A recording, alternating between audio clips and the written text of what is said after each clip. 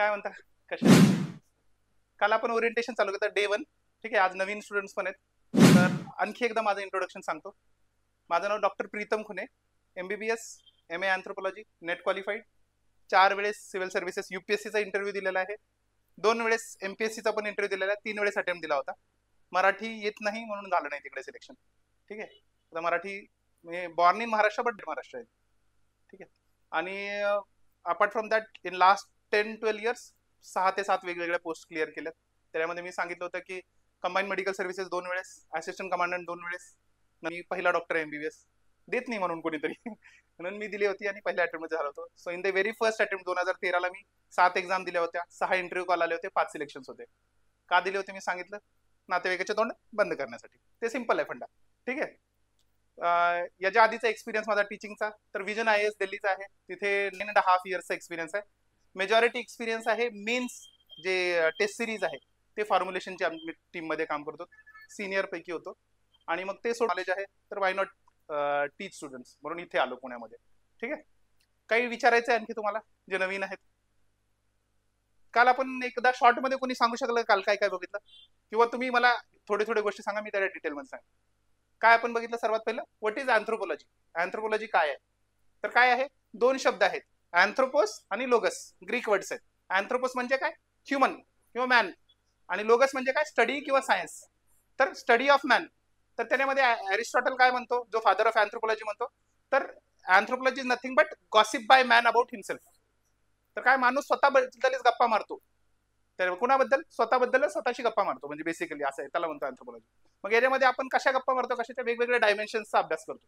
मग कोणती हिस्ट्री झालं, सोशियोलॉजी झालं, पार्ट झाला, बायोलॉजी पार्ट झाला, इव्हन केमिस्ट्रीचा पार्ट झाला थोडासा, ते सगळ्या गोष्टी डायमेन्शनचा अभ्यास करतो. आणि मग त्यावरूनच आपल्या 4 ब्रांचेस येतात. कोणत्या 4 ब्रांचेस सांगा? बायोलॉजिकल, लिंग्विस्टिक, सर्वात पहिलं लिंग्विस्टिक यायचं. लिंग्विस्टिक काय म्हणजे भाषिक मानववंशशास्त्र, आणि चौथं काय होतं, आर्किओलॉजिकल. तर आर्किओलॉजिकल मध्ये काय असतं, पुरातत्व मानववंशशास्त्र. तर फिजिकल अँथ्रोपॉलॉजी किंवा बायोलॉजिकल अँथ्रोपॉलॉजी मध्ये आपण काय म्हणतो, किडल जे आहे त्याच्यामध्ये काय बदल झाले, किंवा पायामध्ये जे मांडीचा जे हाड आहे फिमर म्हणतात त्याच्यामध्ये काय बदल झाले, जे पायाचे आर्चेस आहेत, कमानी आहेत वेगवेगळ्या, ते कशा आल्या, निर्मिती झाली त्याची. कवटीमध्ये काय बदल झाले, कवटीमध्ये आता काय बदल असू शकतात, कुणी सांगू शकेल का? एक अंदाजा, कॉमन सेन्स. बरोबर आहे की ग्रॅव्हिटीमुळे पुढे आधी वास घेऊन तो जगत होता, मग प्रत्येक गोष्टीचा वास घेत राहायचं इकडे तिकडे. आता विजन इम्प्रूव्ह झाली, आपली स्मेलची लेवल जरा कमी झाली, मग त्याच्यामुळे काय झालं, जो प्रोग्नॅथिझम होता, पुढे तोंड आलेलं होतं ते मागे गेलं, ते झालं. ठीक आहे, दुसरा बदल काय झाला, ब्रेन कॅपॅसिटी. आता पौष्टिक अन्न खायला लागले आपण, कुक वगैरे फायर वगैरे आले, त्यामुळे पौष्टिक अन्न ब्रेन कॅपॅसिटी वाढली, आपली ब्रेन मोठं झालं. दुसरं, कवटीमध्ये स्कलमध्ये एक छोटे छोटे कप्पे आहेत, असे सायनसेस तयार, सायनसायटिस होतो. तर मग असे चेंजेस आहेत. मग आपण भरपूर बघितले होते की वरून डोक्यापासून चालू करून पायापर्यंत काय काय चेंजेस बघायचे आपण. हे आपण हे सगळ्यांचा अभ्यास कुठे करतो, फिजिकल अँथ्रो. याच्यामध्ये आपण जीन्सचा पण अभ्यास करतो, की एखादा जनुक आहे, जीन जेनेटिक पूल आहे. मग इनब्रिडिंगचा आपण अभ्यास करतो, की आपण त्याच्यामध्ये मग डिझिजेस, वेगवेगळ्या विकृती जे आहेत, जेनेटिक ॲब्रेशन्स, म्हणजे जेनेटिक प्रॉब्लेम जे आहेत त्याचा अभ्यास करतो आपण याच्यामध्ये. सेकंड होतं सोशिओ कल्चरल अँथ्रोपॉलॉजी. अँथ्रोपॉलॉजीमध्ये काय करतो आपण, फिजिकल चेंजेस जसे जसे झाले होते त्याच्यासोबत आपल्यामध्ये सोशल आणि कल्चरल चेंजेस सुद्धा झाले. मी एक रील पण बनवलेली आहे, फायरमुळे काय बदल झाले, तर fire is a cultural change. ठीक आहे, मग त्याच्यामध्ये फिजिकल चेंजेस कसे झाले, किंवा उलटही म्हणू शकता तुम्ही, फायर चेंज कशामुळे आला, का तर बाबा आपण 2 पायापासून हात म्हणजे 2 पायावर उभा राहायला चालू, हात फ्री झाले, मग आग आग लावायचं शिकलो, मग झालं. मग वाईस वर्सा आहे, फिजिकल मुळे कल्चरल चेंज होणार, कल्चरल मुळे फिजिकल चेंज होणार. तर मग त्या गोष्टी आहेत. ठीक आहे, दुसरं मी सांगितलं होतं की जसं फायर आली, कल्चरल चेंज झाला, तर मग आपण काय करलो, रात्री बेरात्री गप्पा मारत, गप्पा गोष्टी, आजी जशा गोष्टी सांगते तशा गप्पा चालू झाल्या. त्यामुळे काय झालं, सोशल बॉन्डिंग वाढली. मॅन हे मोर सोशल अॅनिमल झाला आणखी चांगल्यापैकी बाकीच्या कंपॅरिझन मध्ये. मग अशा गोष्टी आहेत भरपूर. ठीक आहे, हे झालं कशामध्ये आपण बघितलं, तर सोशो कल्चरल. याच्यामध्ये आपण बघितलं तर मग काय, सामाजिक म्हणजे राजकीय संघटना असेल तुमची, सामाजिक गटाची निर्मिती, सोशल अभ्यास करतो. आर्थिक इकॉनॉमिक ऑर्गनायझेशन कशी असणार, आर्थिक संघटन कसे, त्याच्यामध्ये आपण एक्झाम्पल घेतलं होतं. पहिलं काय असं असणार की रेसिप्रोसिटी, नॉन रेसिप्रोसिटी, की तुम्ही काय करणार, मी तुम्हाला देणार, मला काही अपेक्षा नाहीये तुमच्याकडून. का तर तुम्ही काय होते, बँडमध्ये, टोळीमध्ये फिरायचे. मग त्यामुळे काय की तुम्ही आपलंच नातेवाईक आहे, भाषा करतो का आपण, आपल्या नाही करत. मग तसंच मग तिथे एक दुसऱ्याची मदत ते करायचे. नंतर काय आला, बार्टर सिस्टम, एक हात दो एक हात लो. नंतर त्याच्यामध्ये वेगवेगळे टाईप, आपण सायलेंट ट्रेडचं काल सांगितलं, राजी आणि लँडलॉर्ड एक्झाम्पल सांगितलं. मग त्यानंतर आता न्यू मार्केट इकॉनॉमी वगैरे, मग करन्सी वगैरे आली. ते झालं. हे झालं आपण इकॉनॉमिक ऑर्गनायझेशन. पॉलिटिकल ऑर्गनायझेशन मध्ये आपण सांगितलं होतं बँड आले, टोळीमध्ये फिरायचे, पुन्हा ट्राईब जमाती आल्या, त्याच्यानंतर काय आलं सांगितलं की कॉम्प्लेक्स मोनार्की वगैरे आलेले असेल, आणि नंतर स्टेट्स वगैरे आले, आपलं डेमोक्रेसी आली नंतर असं. मग आपण political organisation, economic organisation, religion मध्ये पण आपण अभ्यास करतो याच्यामध्ये. तर रिलीजन मध्ये मी सांगितलं सर्वात पहिलं रिलीजन कोण होतं, primitive religion, form of religion काय होता, ईबी टायलर म्हणतो ॲनिमिझम. बस लक्षात आलं झालं. ॲनिमिझम म्हणजे काय, आत्मावाद. तर आत्मामध्ये त्याला स्वप्न पडायचे माणसाला, त्याच्याबद्दल त्यानं विचार केला किंवा स्वप्न का पडतात, कदाचित एक सोल नावाचा कन्सेप्ट असावा. मग त्याच्यातून ॲनिमिझम आलं, ॲनिमिटिझम आलं, टोटेमिझम आलं, नंतर पॉलिथेइझम आलं, आणि नेचरिझम, टोटेमिझम, पॉलिथेइझम आणि मोनोथेइझम, बहुदेवतावाद. आणि मग त्याच्यामध्ये आपण सगळ्या गोष्टी अभ्यास करणार. हे झालं सोशो कल्चरल. नंतर लिंग्विस्टिक मध्ये मी काय म्हणलं होतं, तर भाषेची उगम कसा झाला आणि भाषेची की पहिलं काय करायचं माणूस, निसर्गामध्ये जे आवाज व्हायचे धूमधडाम, जे थंडरस्टॉर्मचा आवाज आला की त्याची कॉपी करायचा माणूस भरपूर. मांडोळे तिथून कॉपी होतात बरं. ओरान्स म्हणून एक ट्राईब आहे ओडिशामध्ये, काल सांगितलं का मी ओरान्स बद्दल, नाही वाटतं. ओरान्स एक ट्राईब आहे, ते काय करते की पाऊस पडायचा असेल त्यांना, तर ते कसं करतात, ते म्हणजे मोठ्या डोंगरावर जातात वरून, आणि मोठे मोठे आवाज येतो गडगड गडगड दगडांचा, त्यांना वाटतं त्यांना पाऊस पडेल. तसंच मलिनॉस्कीने, आपण मलिनॉस्कीचं काल बघितलं होतं, ट्रॉब्रिएंडरचा अभ्यास केला पॉलिनेशियामध्ये, आणि त्यांनी तिथे काय करतात, ते पाणी असं घेतात आणि वरून ओततात. त्यांना वाटतं पाणी होत नाही ना, वरून पण पाणी. लगान मूवीमध्ये घन घन गिरा आहे बदिरा, पडला पाऊस, झालं. सेम तेच आहे. मग ते लँग्वेज झालं किंवा आपले तुमचे ऍक्शन्स कसे होणार ते त्याच्यात अभ्यास करणार आपण. पुन्हा त्याच्यामध्ये लँग्वेजमध्ये आपण दोन गोष्टी बघितल्या, वर्बल असणार आहे, मौखिक, आणि नॉन वर्बल असणार आहे. ते तुमचं काय की गेस्चर्स झाले, तुमचे फेशियल एक्सप्रेशन झाले, बसण्याचा स्टाईल, हे इंटरव्ह्यू मध्ये कामाला येणार आपल्याला. ह्या गोष्टी झाल्या. किंवा फिजिकल अपिअरन्स तुमचं काय, त्याच्यामध्ये मग मी सांगितलं तुम्हाला 3 शब्द सांगितले होते विशेष लँग्वेजमध्ये. कोणते, सोशल एक्ट, हा डाय झालं, तिघं मिळून बसा परीक्षेला आता. नाही, सध्याच्या कंडिशनला खूप चांगलं आहे, नाव जरी आठवले ना. ठीक आहे. तर आणि मी AI टूल्सवर एक लेक्चर बनवले, तर शक्यतो बघा मराठी विश्लेषण करा, पण थोडंसं जरा सावधानीनं बरं. तर ते आयडिओलेक्टला मूर्खपणा म्हणतो, तर इडियट पासून घेतो तो मग ते जरा आपलं म्हणजे स्वतःची सतसत विवेक बुद्धी वापरायची, तिथं पुन्हा AI वापरायचं. तर सोशल एक्ट मध्ये काय म्हणलं होतं, सोशल मध्ये वेगवेगळे स्टेटाज आहेत, स्तरीकरण आहे, त्या हिशोबाने तुमची भाषा कशी बदलणार. ठीक आहे. आपण आता बघत होतो बघा की याचा काही वापर करू शकतो का, हा पहिला टॉपिक, मिनिंग, स्कोप वगैरे आणतो, म्हणजे एक बेसिक कॉमन सेन्स मध्ये तुमच्या वाढवण्यात मदत करेल, पण याच्यामध्ये जीएसचा काही प्रश्न येणार नाही. सेकंड वाला जो पार्ट आहे, ह्युमन एव्होल्युशन, एमर्जन्स ऑफ मॅन वगैरे जो पार्ट आहे, प्रीची जर तयारी कर. प्रायमेट्स मध्ये जर तुम्हाला म्हटलं तर काही सुद्धा नाही, म्हणजे हे महत्वाचं आहे की मॅन आणि एप मध्ये काय सिमिलॅरिटीज आहेत, की मग त्याच्यावर चुकून प्रश्न येऊ शकतो एखाद्या वेळेस बायोलॉजीमध्ये जर विचारला तर. ठीक आहे. किंवा आपण ते म्हणतो ना की ऑर्डर म्हणतो ना, फॅमिली आहे, ऑर्डर काय आहे, जीनस काय, फायलम काय वगैरे, ते त्याच्यामध्ये प्रश्न येऊ शकतात, ते बेसिक बायोलॉजी आहे. तर प्रायमेट्स हे ऑर्डर आहे. ठीक आहे. नंतर आपण काय बघतो, हे ह्युमन अँसेस्टर्स जे आहेत, ऑस्ट्रेलोपिथेकस, सिक्वेन्स कसा होता आपला, ऑस्ट्रेलोपिथेकस, नंतर homo habilis, homo erectus, neanderthal, rhodesian, आणि मग जीन्स मध्ये किती म्हणजे क्रोमोझोम्स असतात, तर किती असतात, 23 पेअर्स असतात आपण बघितलं. त्यामध्ये काय म्हणतो, 22 पेअर्सला आपण काय म्हणतो, ऑटोझोम्स म्हणतो. ऑटोझोम्स म्हणजे काय असतात, तर ते तुमचे. ठीक आहे. त्याच्यानंतर आपण डायरेक्टली बघा आता याच्यातला काही यूज होऊ शकतो का, तर हे जनरल नॉलेज विचारू शकतात की पहिलं मटेरियल कोणतं वापरायला चालू केलं आपण, आयर्न वापरलं पहिलं का, कॉपर वापरलं पहिलं का, गोल्ड वापरलं वगैरे, असं काही ना काहीतरी विचारू शकतात. मग ते आहे. ठीक आहे. म्हणजे नेचर ऑफ सोसायटी आणि नेचर ऑफ कल्चर वाले हे दोन्ही पार्ट झाले. तर त्याबद्दल करू शकतो. कल्चर काय असतो, सिव्हिलायझेशन काय असतो, त्याच्यावर जीएस मध्ये प्रश्न आलेले आहेत युपीएससी मध्ये, तर मग तिथे प्रश्न येऊ शकतो. तर तिथे आन्सर तुम्ही, तुमच्यापेक्षा चांगला आन्सर कोणी देऊ शकणार. ठीक आहे. नंतर मॅरेज हा कन्सेप्ट, तर याच्यावर प्रश्न आलेले आहेत जीएस मध्ये, की बाबा सध्याचा जो करंट ट्रेंड चालू आहे त्याच्यामध्ये मॅरेज ऍज अ इन्स्टिट्यूशन मध्ये काय बदल होतात, असा जीएस मध्ये प्रश्न आलेला आहे. आपण बघणार आहेत, क्वेश्चन्स पण बघणार आहेत. तर मग हा अगेन कुठे आला, तुम्हाला सोसायटी पार्ट मध्ये येऊन जाणार.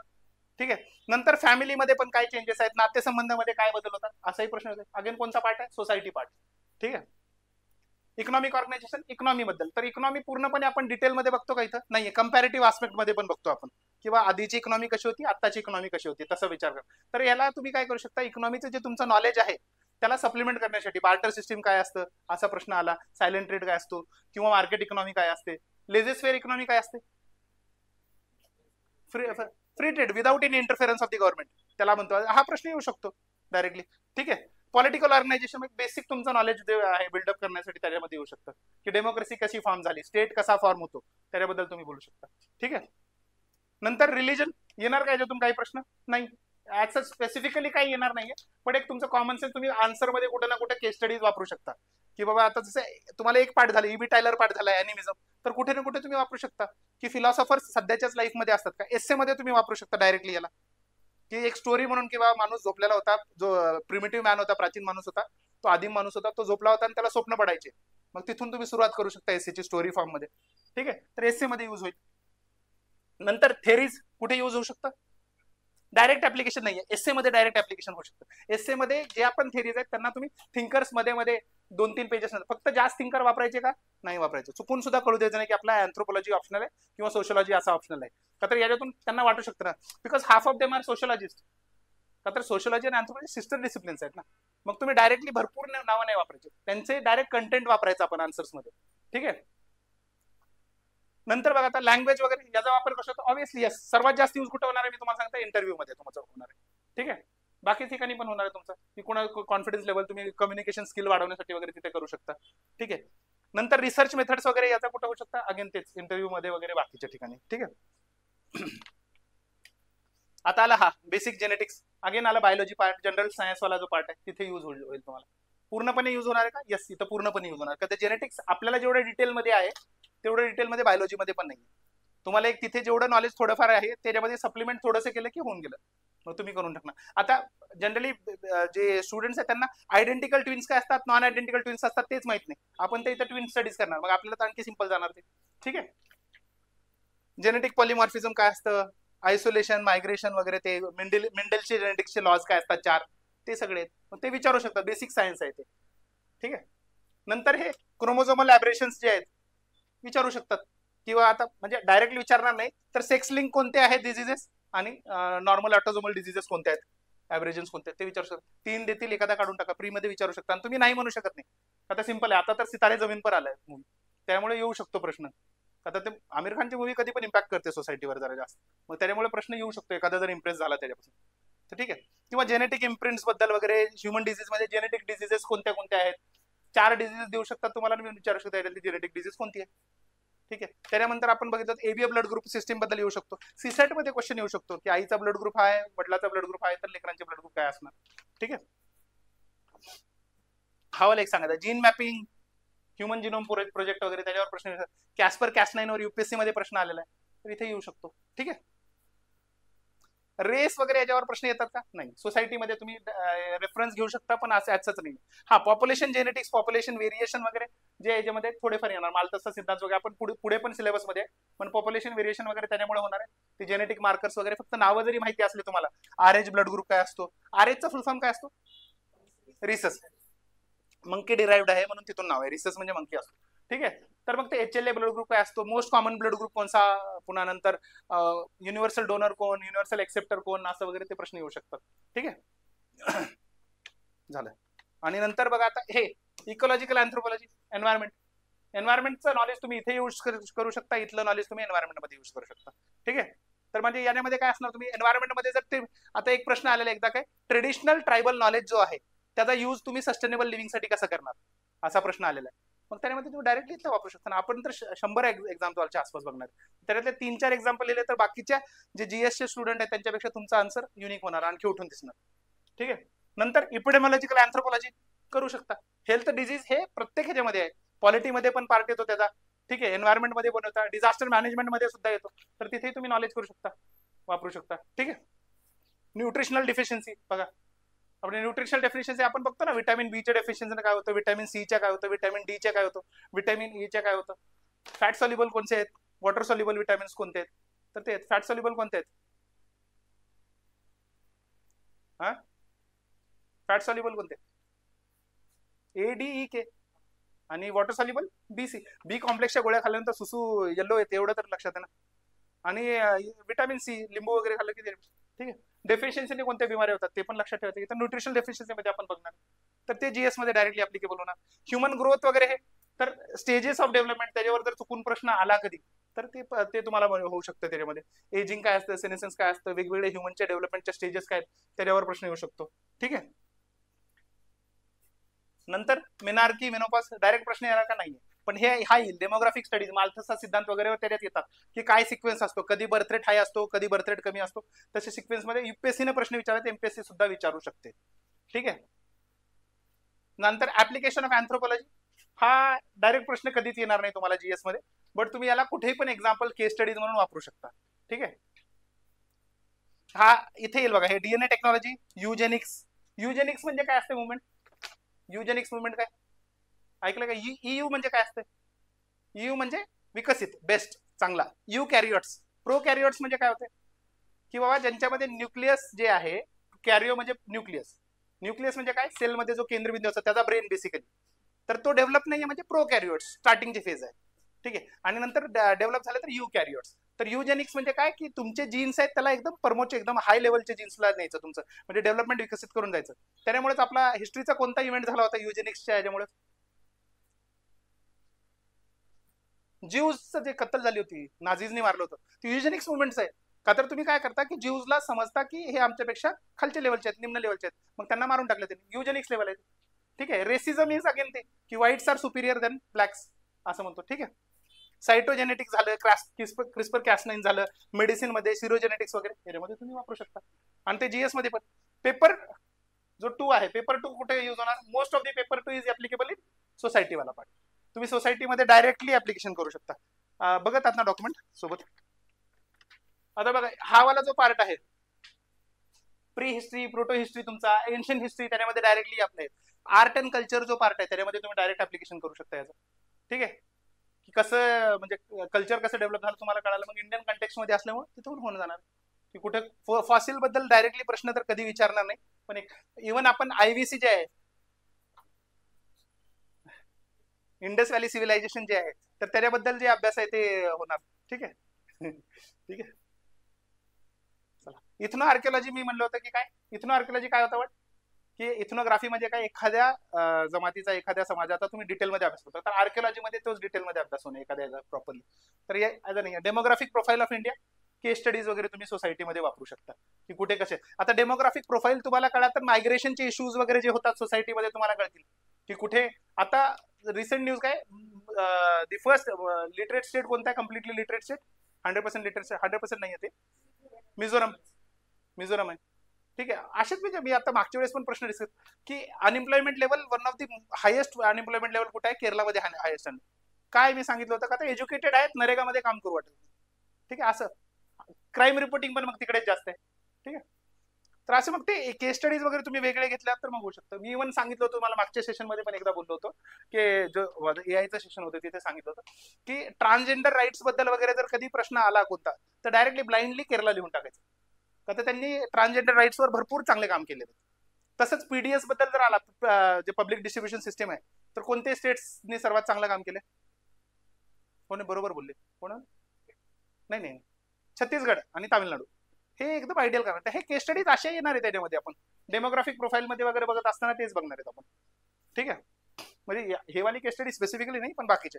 मग नंतर बघा आता रीना, बर्थ वगैरे, पुरुषार्थ झाले, वर्णाश्रम झाले, कर्म झाले, हे वाले प्रश्न तुम्ही एसए मध्ये डायरेक्टली वापरू शकता किंवा सोसायटी वाल्या पार्टमध्ये. आता मला एक सांगा, तुम्ही साधी गोष्ट सांगा की इथिक्स मध्ये कर्म सिद्धांत कसा वापरायचा? कर्म, हा, गुड कर्म बॅड कर्म, की तुम्ही जे कराल तुम्हाला उद्या भोगावं लागणार आहे. जे पण तुमचं कर्म असणार आहे त्याची पनिशमेंट तुम्हाला इथेच मिळणार आहे.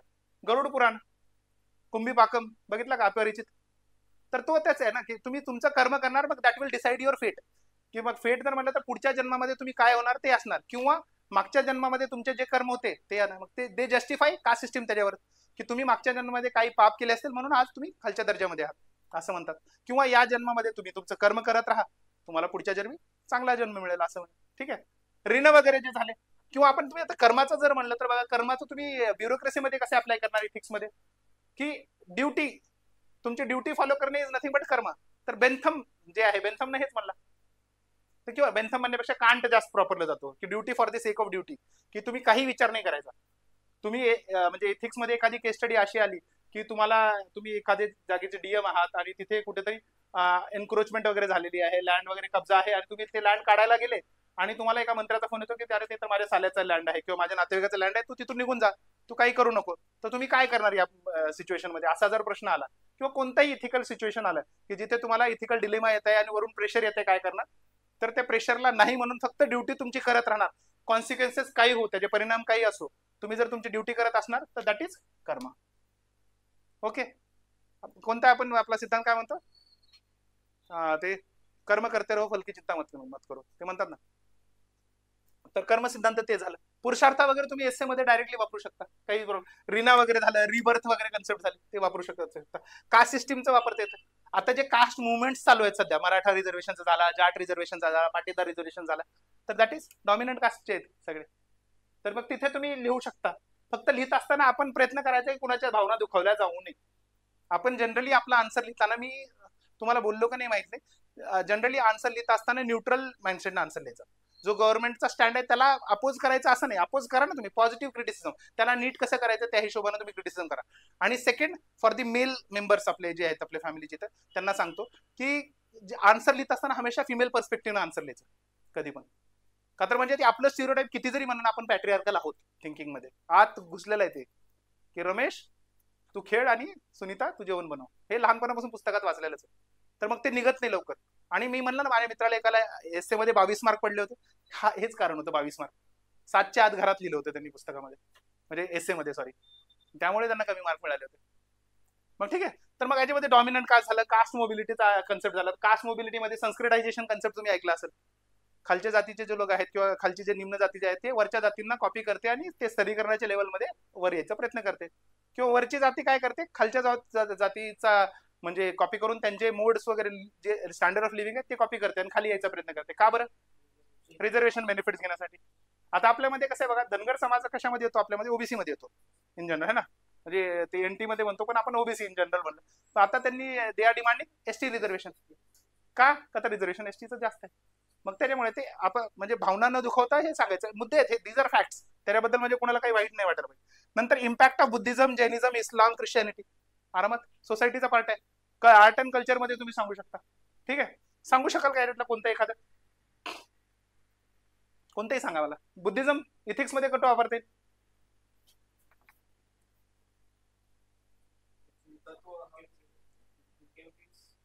कोणतेही काम करत असताना मध्यम मार्ग, बेसिकली एक्स्ट्रीम्स टाळायचे, एकदम मध्यम मार्ग करायचा कधी पण. मोस्ट ऑफ दी लोकांचं बेनिफिट वगैरे झालं मध्यम मार्ग वगैरे, त्याच्यामध्ये तुम्ही सांगता मध्यम मार्ग हे तुम्हाला डिसिजन मेकिंग करताना. गांधीजीचं जे टेलिस्मन वगैरे आहे बुद्धिझमच्या बेसिसवरच आहे, तर मग तुम्ही बुद्धिझम सांगू शकता. जैनिझम वगैरे सांगता येतं. जैनिझम आता तुम्हाला कुठे सांगता येतं? एखादं काही फीचर सांगा जैनिझमचं की जे तुम्ही आन्सर्स मध्ये वापरू शकाल, सोसायटीच्या आन्सर, इथिक्सच्या आन्सर्स मध्ये. नॉन व्हायलन्स, नॉन व्हायलन्स आहे ना, तुम्ही व्हायलन्स करून दो थोडेसे एक्स्ट्रीम फॉर्म मध्ये आहे, बट नॉन व्हायलन्स आहे. ठीक आहे. त्याचं नेमोनिक पण आहे ना, माहिती आहे ना जेनिझमचं, केएफसी. आता ते नॉन व्हायलन्स सांगतात पण केएफसी लागते, नॉलेज, फेथ अँड कंडक्ट असं आहे. पुन्हा बुद्धिझम मध्ये कोणते आहेत? आपण त्रिरत्न झाले, अष्टांग मार्ग झाले, ते सगळ्या गोष्टी झाल्या, ते लिहू शकता तुम्ही. ठीक आहे. इस्लाम, इस्लामचा इम्पॅक्ट कुठं सांगू शकतो तुम्ही?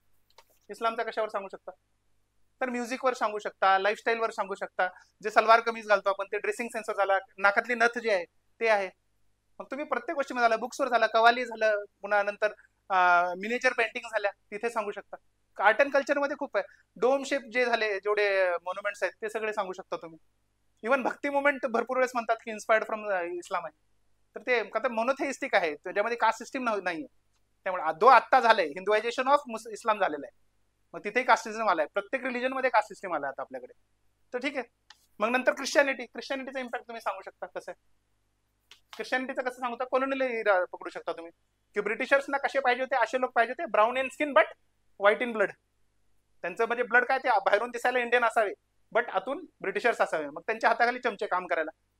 ठीक आहे. मग ते त्यांचा रूल, त्याच्यामुळे येणारे ब्रिटिशर्स कमी होते ना. एका लाखमध्ये काढू शकलो असतो आपण त्यांना बाहेर, का काढू नाही शकलो? तर त्यांनी हे कंट्रोल केलं. डिवाइड अँड रूल पॉलिसी त्याच्याच बेसिसवर आहे. ख्रिश्चनिटी, मग तुम्ही त्याच्यावर इम्पॅक्ट. इव्हन ट्रायबल्सच्या मध्ये जेव्हा ख्रिश्चनिटी जातात, म्हणजे ख्रिश्चन मिशनरीज जेव्हा जातात ट्रायबल रिजन मध्ये, तर जे त्याच्यामुळे टसल होतो, जे इश्यूज होतात ते सांगू शकता तुम्ही. पॉझिटिव्ह इम्पॅक्ट जर सांगितलं तर मोनोथेइझम रिलीजन आहे, कास्ट सिस्टीम नाहीये त्याच्यामध्ये. ठीक आहे. सगळे इक्वल्स आहेत असं सांगू शकता त्याच्याबद्दल. डायटरी हॅबिट्स वगैरे ते त्याच्याबद्दल तुम्ही बोलू शकता. ठीक आहे. म्हणजे हे सोसायटीचा पार्ट झाला. आणि नंतर बघ हे हा वाला पार्ट कुठे युज होता? नाही होत. अँथ्रोपॉलॉजी थिंकर्स म्हणून तुम्ही एसए मध्ये युज करू शकाल, बट म्हणजे असं याचंच नाही. Village studies yes obviously use होणार सोसायटी पार्टमध्ये, इंडियन सोसायटीमध्ये चांगल्यापैकी यूज करता येईल तुम्हाला, की ट्रेडिशनल इंडियन कल्चर काय आहे, ट्रेडिशनल पॅटर्न काय, सेटलमेंट पॅटर्न आपण काल बोललो होतो कसा असणार विलेजचा, की मग विलेजचा सेटलमेंट पॅटर्न त्याच्यावर त्यांची लाईव्हलीहूड कसं आहे, ठीक आहे. मग डिव्हिजन ऑफ लेबर कसं असतं त्या विलेजमध्ये वगैरे, इंटरडिपेंडेंट असतं ना.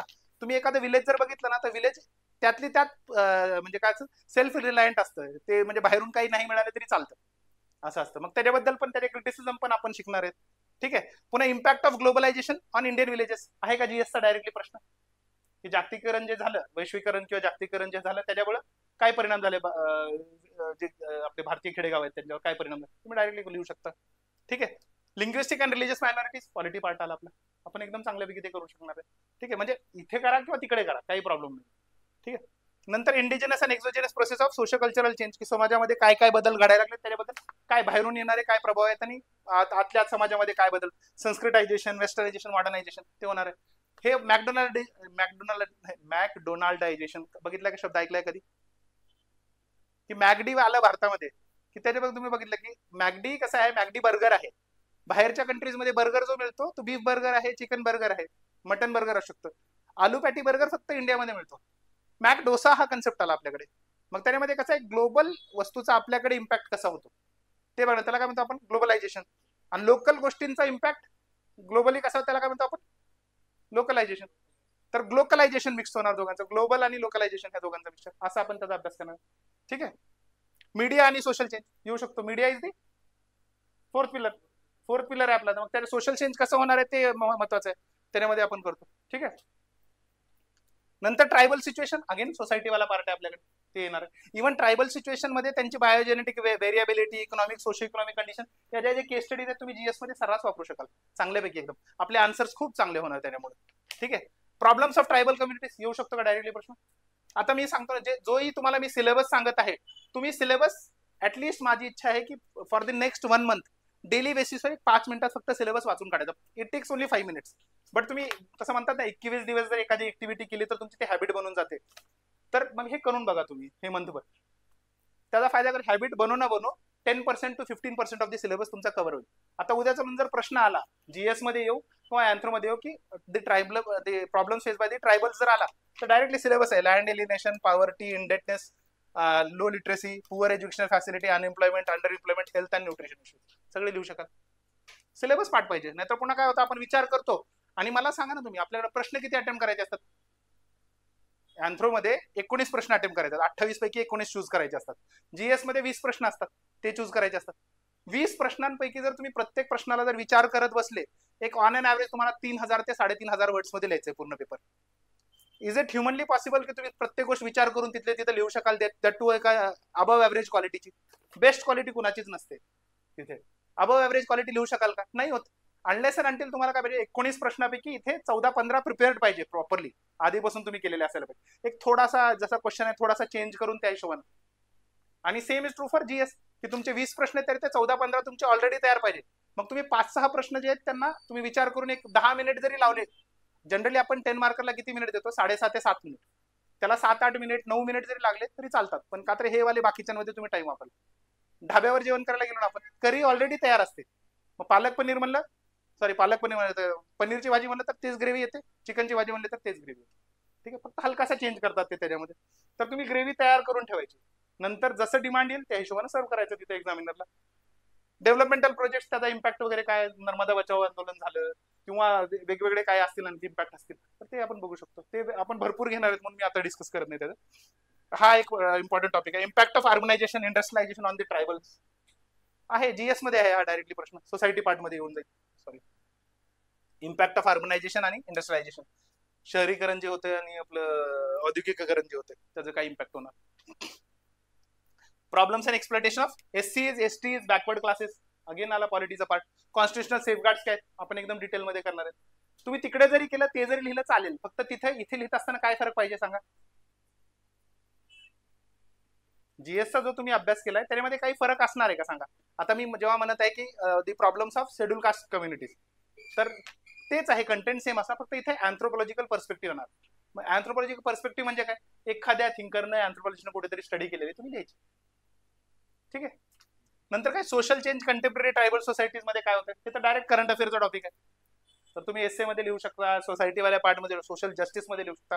डेव्हलपमेंटल प्रोग्राम्स, वेलफेअर मेजर्स जे आहेत ट्रायबल्सचे ते आहेत. मिनिस्ट्री ऑफ ट्रायबल अफेअर्सची जी साईट आहे, वेबसाईट, ते फॉलो करू शकता तुम्ही.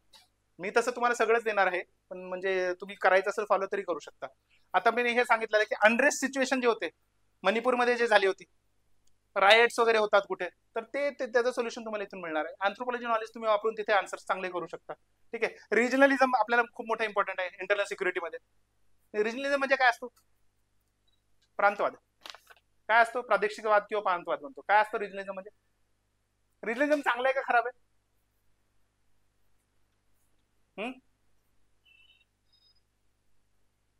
सोडा, रिजनलिझम माहिती आपल्याला. गोड खाणं चांगलं आहे का खराब आहे?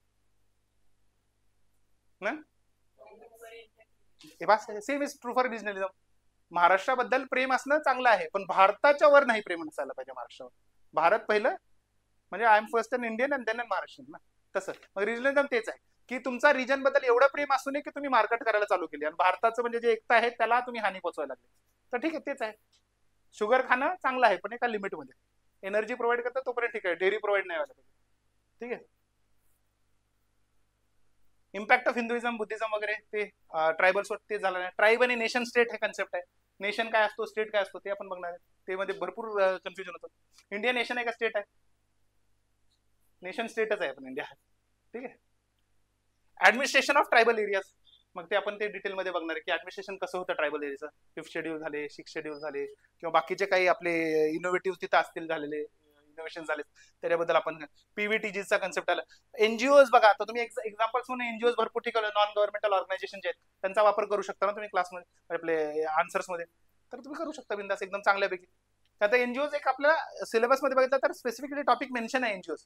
तर याच्यातून जर तुम्ही 3-4 जरी एनजीओज केल्या, फक्त ट्रायबल डेव्हलपमेंटच्या आहेत का? तर हो, एखादी एनजीओ जर असेल फक्त ट्रायबल डेव्हलपमेंटवर फोकस करते का? नाही, बाकीच्या पण गोष्टीवर करते. मग त्या अलर्ट गोष्टी. आता ट्रायबल मध्ये मला सांगा, ट्रायबल हा पार्ट खूप मोठा आहे. ट्रायबल मध्ये काय बच्चू पण आहेत, मग तुम्ही त्याच एनजीओचं बच्चूंसाठी काम करते लिहू शकता. त्याच एनजीओचं तुम्ही वुमेन डेव्हलपमेंट मध्ये पण काम करू शकता. तुम्ही ओल्ड एज साठी पण लिहू शकता, एज्युकेशनल सेक्टर मध्ये पण लिहू शकता. का तर आपण बघितलं ट्रायबलचे प्रॉब्लेम्स काय आहेत, ते तसेच प्रॉब्लेम. त्या हिशोबाने डेटा वगैरे तिथूनच येणार आहे तुम्हाला, तुमचे आन्सर मग तिथे क्वालिटी वाढणार. आणि role of anthropology tribal and rural development, directly तुम्ही हे पण जीएस मध्ये सोसायटी वगैरे पार्ट मध्ये. आणि हे काय लास्टचं काय, रिजनलिझम, कम्युनलिझम, इथनिक आणि पॉलिटिकल मुवमेंट्स, इंटरनल सिक्युरिटीचा टॉपिक आहे. डायरेक्टली त्याला वापरू शकता तुम्ही. सोबतच तुम्ही आता काय कराल मला सांगा की ट्रायबल नॉलेजचे, ट्रेडिशनल नॉलेजचे एक्झाम्पल्स आहेत ते काढून ठेवायचे. उद्या चलून तुम्ही कुठेही वापरू शकता सस्टेनेबल डेव्हलपमेंट वगैरे गोल्स अचीव्ह करण्यासाठी. एसडीजी गोल्स माहिती आहेत का? लक्षात आहेत काय? किती असतात? 17, 18, 19, 20, 17 आहेत. कसे पाठ करायचे लक्षात आहे? सिक्वेन्स सगळे पाठ आहेत. सोपी पद्धत आहे एकदम. मी ते पण सांगेन तुम्हाला नंतर आराम. वाटलं तर आज लवकर संपलं तर आज ते सांगून टाकेन तुम्हाला कसं पाठ करायचं. आजच्या म्हणजे ते एक अचिव्हमेंट होईल. ठीक आहे. झाला, सिलेबस पण झाला आपल्याला. जीएस मध्ये पण कसं करायचं ते झालं. आता आपण जनरल स्टडीज मध्ये ओव्हरलॅप काय होतं हे तुम्हाला एक ओव्हरऑल आयडिया आला. आपण क्वेश्चन्स पण बघूया. ठीक आहे.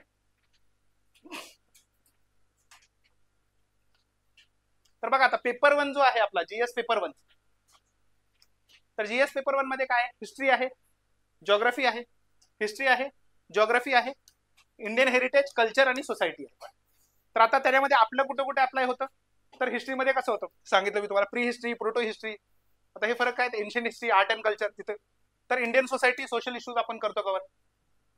नंतर इंडियन कल्चर आणि इथनोग्राफिक स्टडीज करणं आपण एक्झाम्पल्स इथून उचलणार आहेत आपल्या आर्ट अँड कल्चरसाठी. आर्ट, रिलिजन, लिंग्विस्टिक डायव्हर्सिटी बद्दल आपण अभ्यास करणार आहे. आणि इंडियन सोसायटी सेलियन फीचर्स वगैरे. ज्योग्राफी बद्दल आपण अभ्यास करणार का? येस, करणार आहोत. ह्युमन ज्योग्राफी बद्दल आपण जास्त अभ्यास करणार. ठीक आहे, मग ते होणार आहे कव्हर. ठीक आहे. वेगवेगळ्या रिजन बद्दल मग आपण करणार की वेगवेगळे एन्व्हायरमेंट कसं असतं, वेगवेगळ्या एन्व्हायरमेंट मध्ये मग आपण माणूस कसा अनुकूलन करतो, अडॅप्टेशन करतो, त्याचा अभ्यास करणार आहेत आपण. ते पण लिहू शकता तुम्ही. ठीक आहे. आता प्रश्न बघा, हे जीएस चे प्रश्न आहेत बरं, अँथ्रोचे प्रश्न नाही आहेत. बट अँथ्रोचं नॉलेज तुम्ही कसं वापरू शकाल? काय, discuss the changes in marriage practices in India in the recent times. सांगा. आपल्याला टॉपिक आहे मॅरेज, टॉपिकच आहे ना आपल्याला मॅरेजचं टॉपिक. ठीक आहे. तर मॅरेजचं झालं टॉपिक आहे, ते आपल्यापेक्षा कोणी चांगलं लिहू शकाल का? सोशलॉजी वाले लिहिणार ऑब्व्हियसली, पण आपल्यापेक्षा चांगलं लिहिणार नाही. तर आपल्याला त्यांना अनालिसिस करायची सवय असते. आपल्याला अनालिसिस नाही, आपल्याला म्हणजे आपण डेप्थ मध्ये एवढं जात नाही. आपण वर त्याचं क्रिटिकल अनालिसिस करतो. आपण एवढं डेप्थ मध्ये अनालिसिस नाही. त्यामुळे आपला आन्सर कधी चांगला होणार. किंवा सध्याच्या काळामध्ये भारतातील विवाह संस्था जे आहे किंवा विवाह प्रथा आहे त्याच्यामध्ये कोणते बदल अनुभवत आहे यावर चर्चा करा. चांगल्यापैकी आपण लिहू शकतो. नेक्स्ट प्रश्न बघा, काय काय बदल होतात तसे मॅरेजमध्ये, मॅरेज ॲज इन्स्टिट्यूशन मध्ये? कॉमन सेन्स सांगा. आता तुमच्यापैकी अर्ध्यांना विचार लग्न करायचं का नको म्हणणार सध्या? म्हणजे काय, delay in the age of marriage basically, है ना, बरोबर. ते होत आहे सध्या. आधीचे अर्ली एज मॅरेजेस व्हायचे, आता नाही होत. नंतर सेकंड बर्थ नाही, मॅरेज मध्ये ॲज इन्स्टिट्यूशन. मॅरेज मध्ये काय होतं, आता तुम्ही एखाद्या मुलीला म्हणा लग्न करा तर ते काय म्हणते की कोर्ट मॅरेज करूया, कशाला वडिलांना खर्चात टाकायचं. बरोबर आहे, आई वडिलांना म्हणजे दोन्हीकडचा खर्च मी म्हणत आहे, एकीकडचा. तर काय सेरेमोनियल मॅरेजेस नाहीत होत आजकाल, कॉन्ट्रॅक्ट मॅरेजेस किंवा आपण डायरेक्टली जाऊन लिगल मॅरेजेस करायला लागलो एखादे, की म्हणजे त्याच्यामध्ये खर्च वगैरे तर कमी होतो. त्याच्यामध्ये दुसरी व्हरायटी काय, अंबानी मॅरेजेस पण आले, बिग फॅट वेडिंग, की त्याच्यामध्ये होते ना. नेक्स्ट त्याच्यामध्ये आणखी एक प्रकार येतात इंस्टाग्रामेबल मॅरेजेस. काय इंस्टाग्रामेबल मॅरेजेस म्हणजे काय, लग्न कसंही हो, फक्त इंस्टाग्रामवर चांगलं दिसायला पाहिजे, फोटो पोस्ट वगैरे चांगल्यापैकी. मग तुम्ही त्याच्यासाठी काय pre wedding, wedding, post wedding photograph shoot करत राहता, भले नंतर बुटाना मारायचं दुसऱ्याला, पण तिथे दिसताना चांगले दिसायला पाहिजे. बरोबर आहे.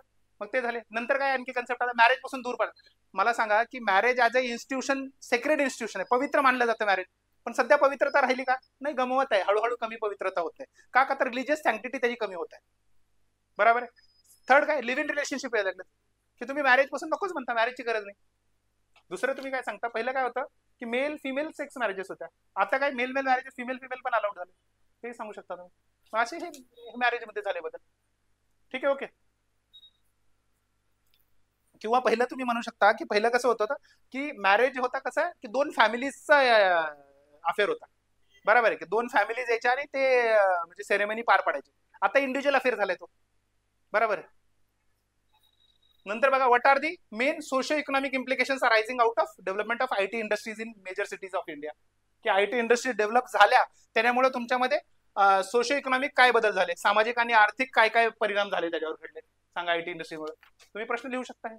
हे आन्सर कसं लिहिणार, केस स्टडी टाकायची. आता बँगलोरमध्ये आयटी इंडस्ट्री आहे, पुण्यामध्ये आयटी इंडस्ट्री आहे. आता आयटी इंडस्ट्री सोबतचे बीपीओज वगैरे जे असतात, केपीओज म्हणा किंवा बीपीओज जे काम करणारे असतात, तर बँगलोरमध्ये काय झालं होतं की त्याच्या आजूबाजूचे जे गाव आहेत तिथे आयटी इंडस्ट्री डेव्हलप व्हायला लागली. मग त्यांना कळालं की तिथे म्हणजे बीपीओज मध्ये केपीओज जे आहेत तिथे म्हणजे कॉल सेंटर्स वगैरे मध्ये तिथे काम करायला स्कोप आहे. आणि दे रिक्वायर हुम, मेल पाहिजेत जास्त, फिमेल पाहिजेत, फिमेल जास्त पाहिजेत. मग लगेच आजूबाजूच्या गावामध्ये फिमेल लिटरसी वाढली. झालं एक्झाम्पल. तुम्ही असे एक्झाम्पल्स टाकू शकाल. ठीक आहे. नंतर बघा, आता what are the consequences of disintegration of joint family system in India. तर हे 23चा आहे, 22चा आहे, 21चा आहे, दरवर्षी प्रश्न असतो. ठीक आहे. आता जॉईंट फॅमिली आपण कालच बघितलं, काय होतं, आपलं संयुक्त कुटुंब होतं, त्याचं आता काय व्हायला लागलं, तुटत होत आहे आणि विभक्त कुटुंब तयार होत आहे. मग त्याच्याबद्दल काय होतंय बाबा, परिणाम काय होत आहे सांगा. कॉन्सिक्वेन्सेस ऑफ डिसइंटिग्रेशन, जॉईंट फॅमिलीचं डिसइंटिग्रेशन झालं म्हणून काय प्रॉब्लेम होणार सांगा.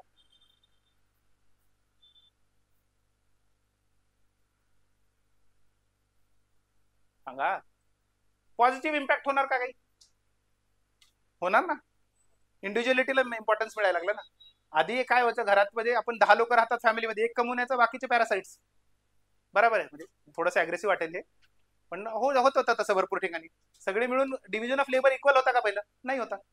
दो तिथे फायदा असायचा, सगळ्यांनाच असायचा, पण मी सगळ्या फॅमिलीबद्दल इन जनरल बोलत नाही, की थोड्या क्वचित फॅमिलीमध्ये असंही असायचं की एकच कमवणार आणि बाकीचे सगळे पॅरासाइट असायचे.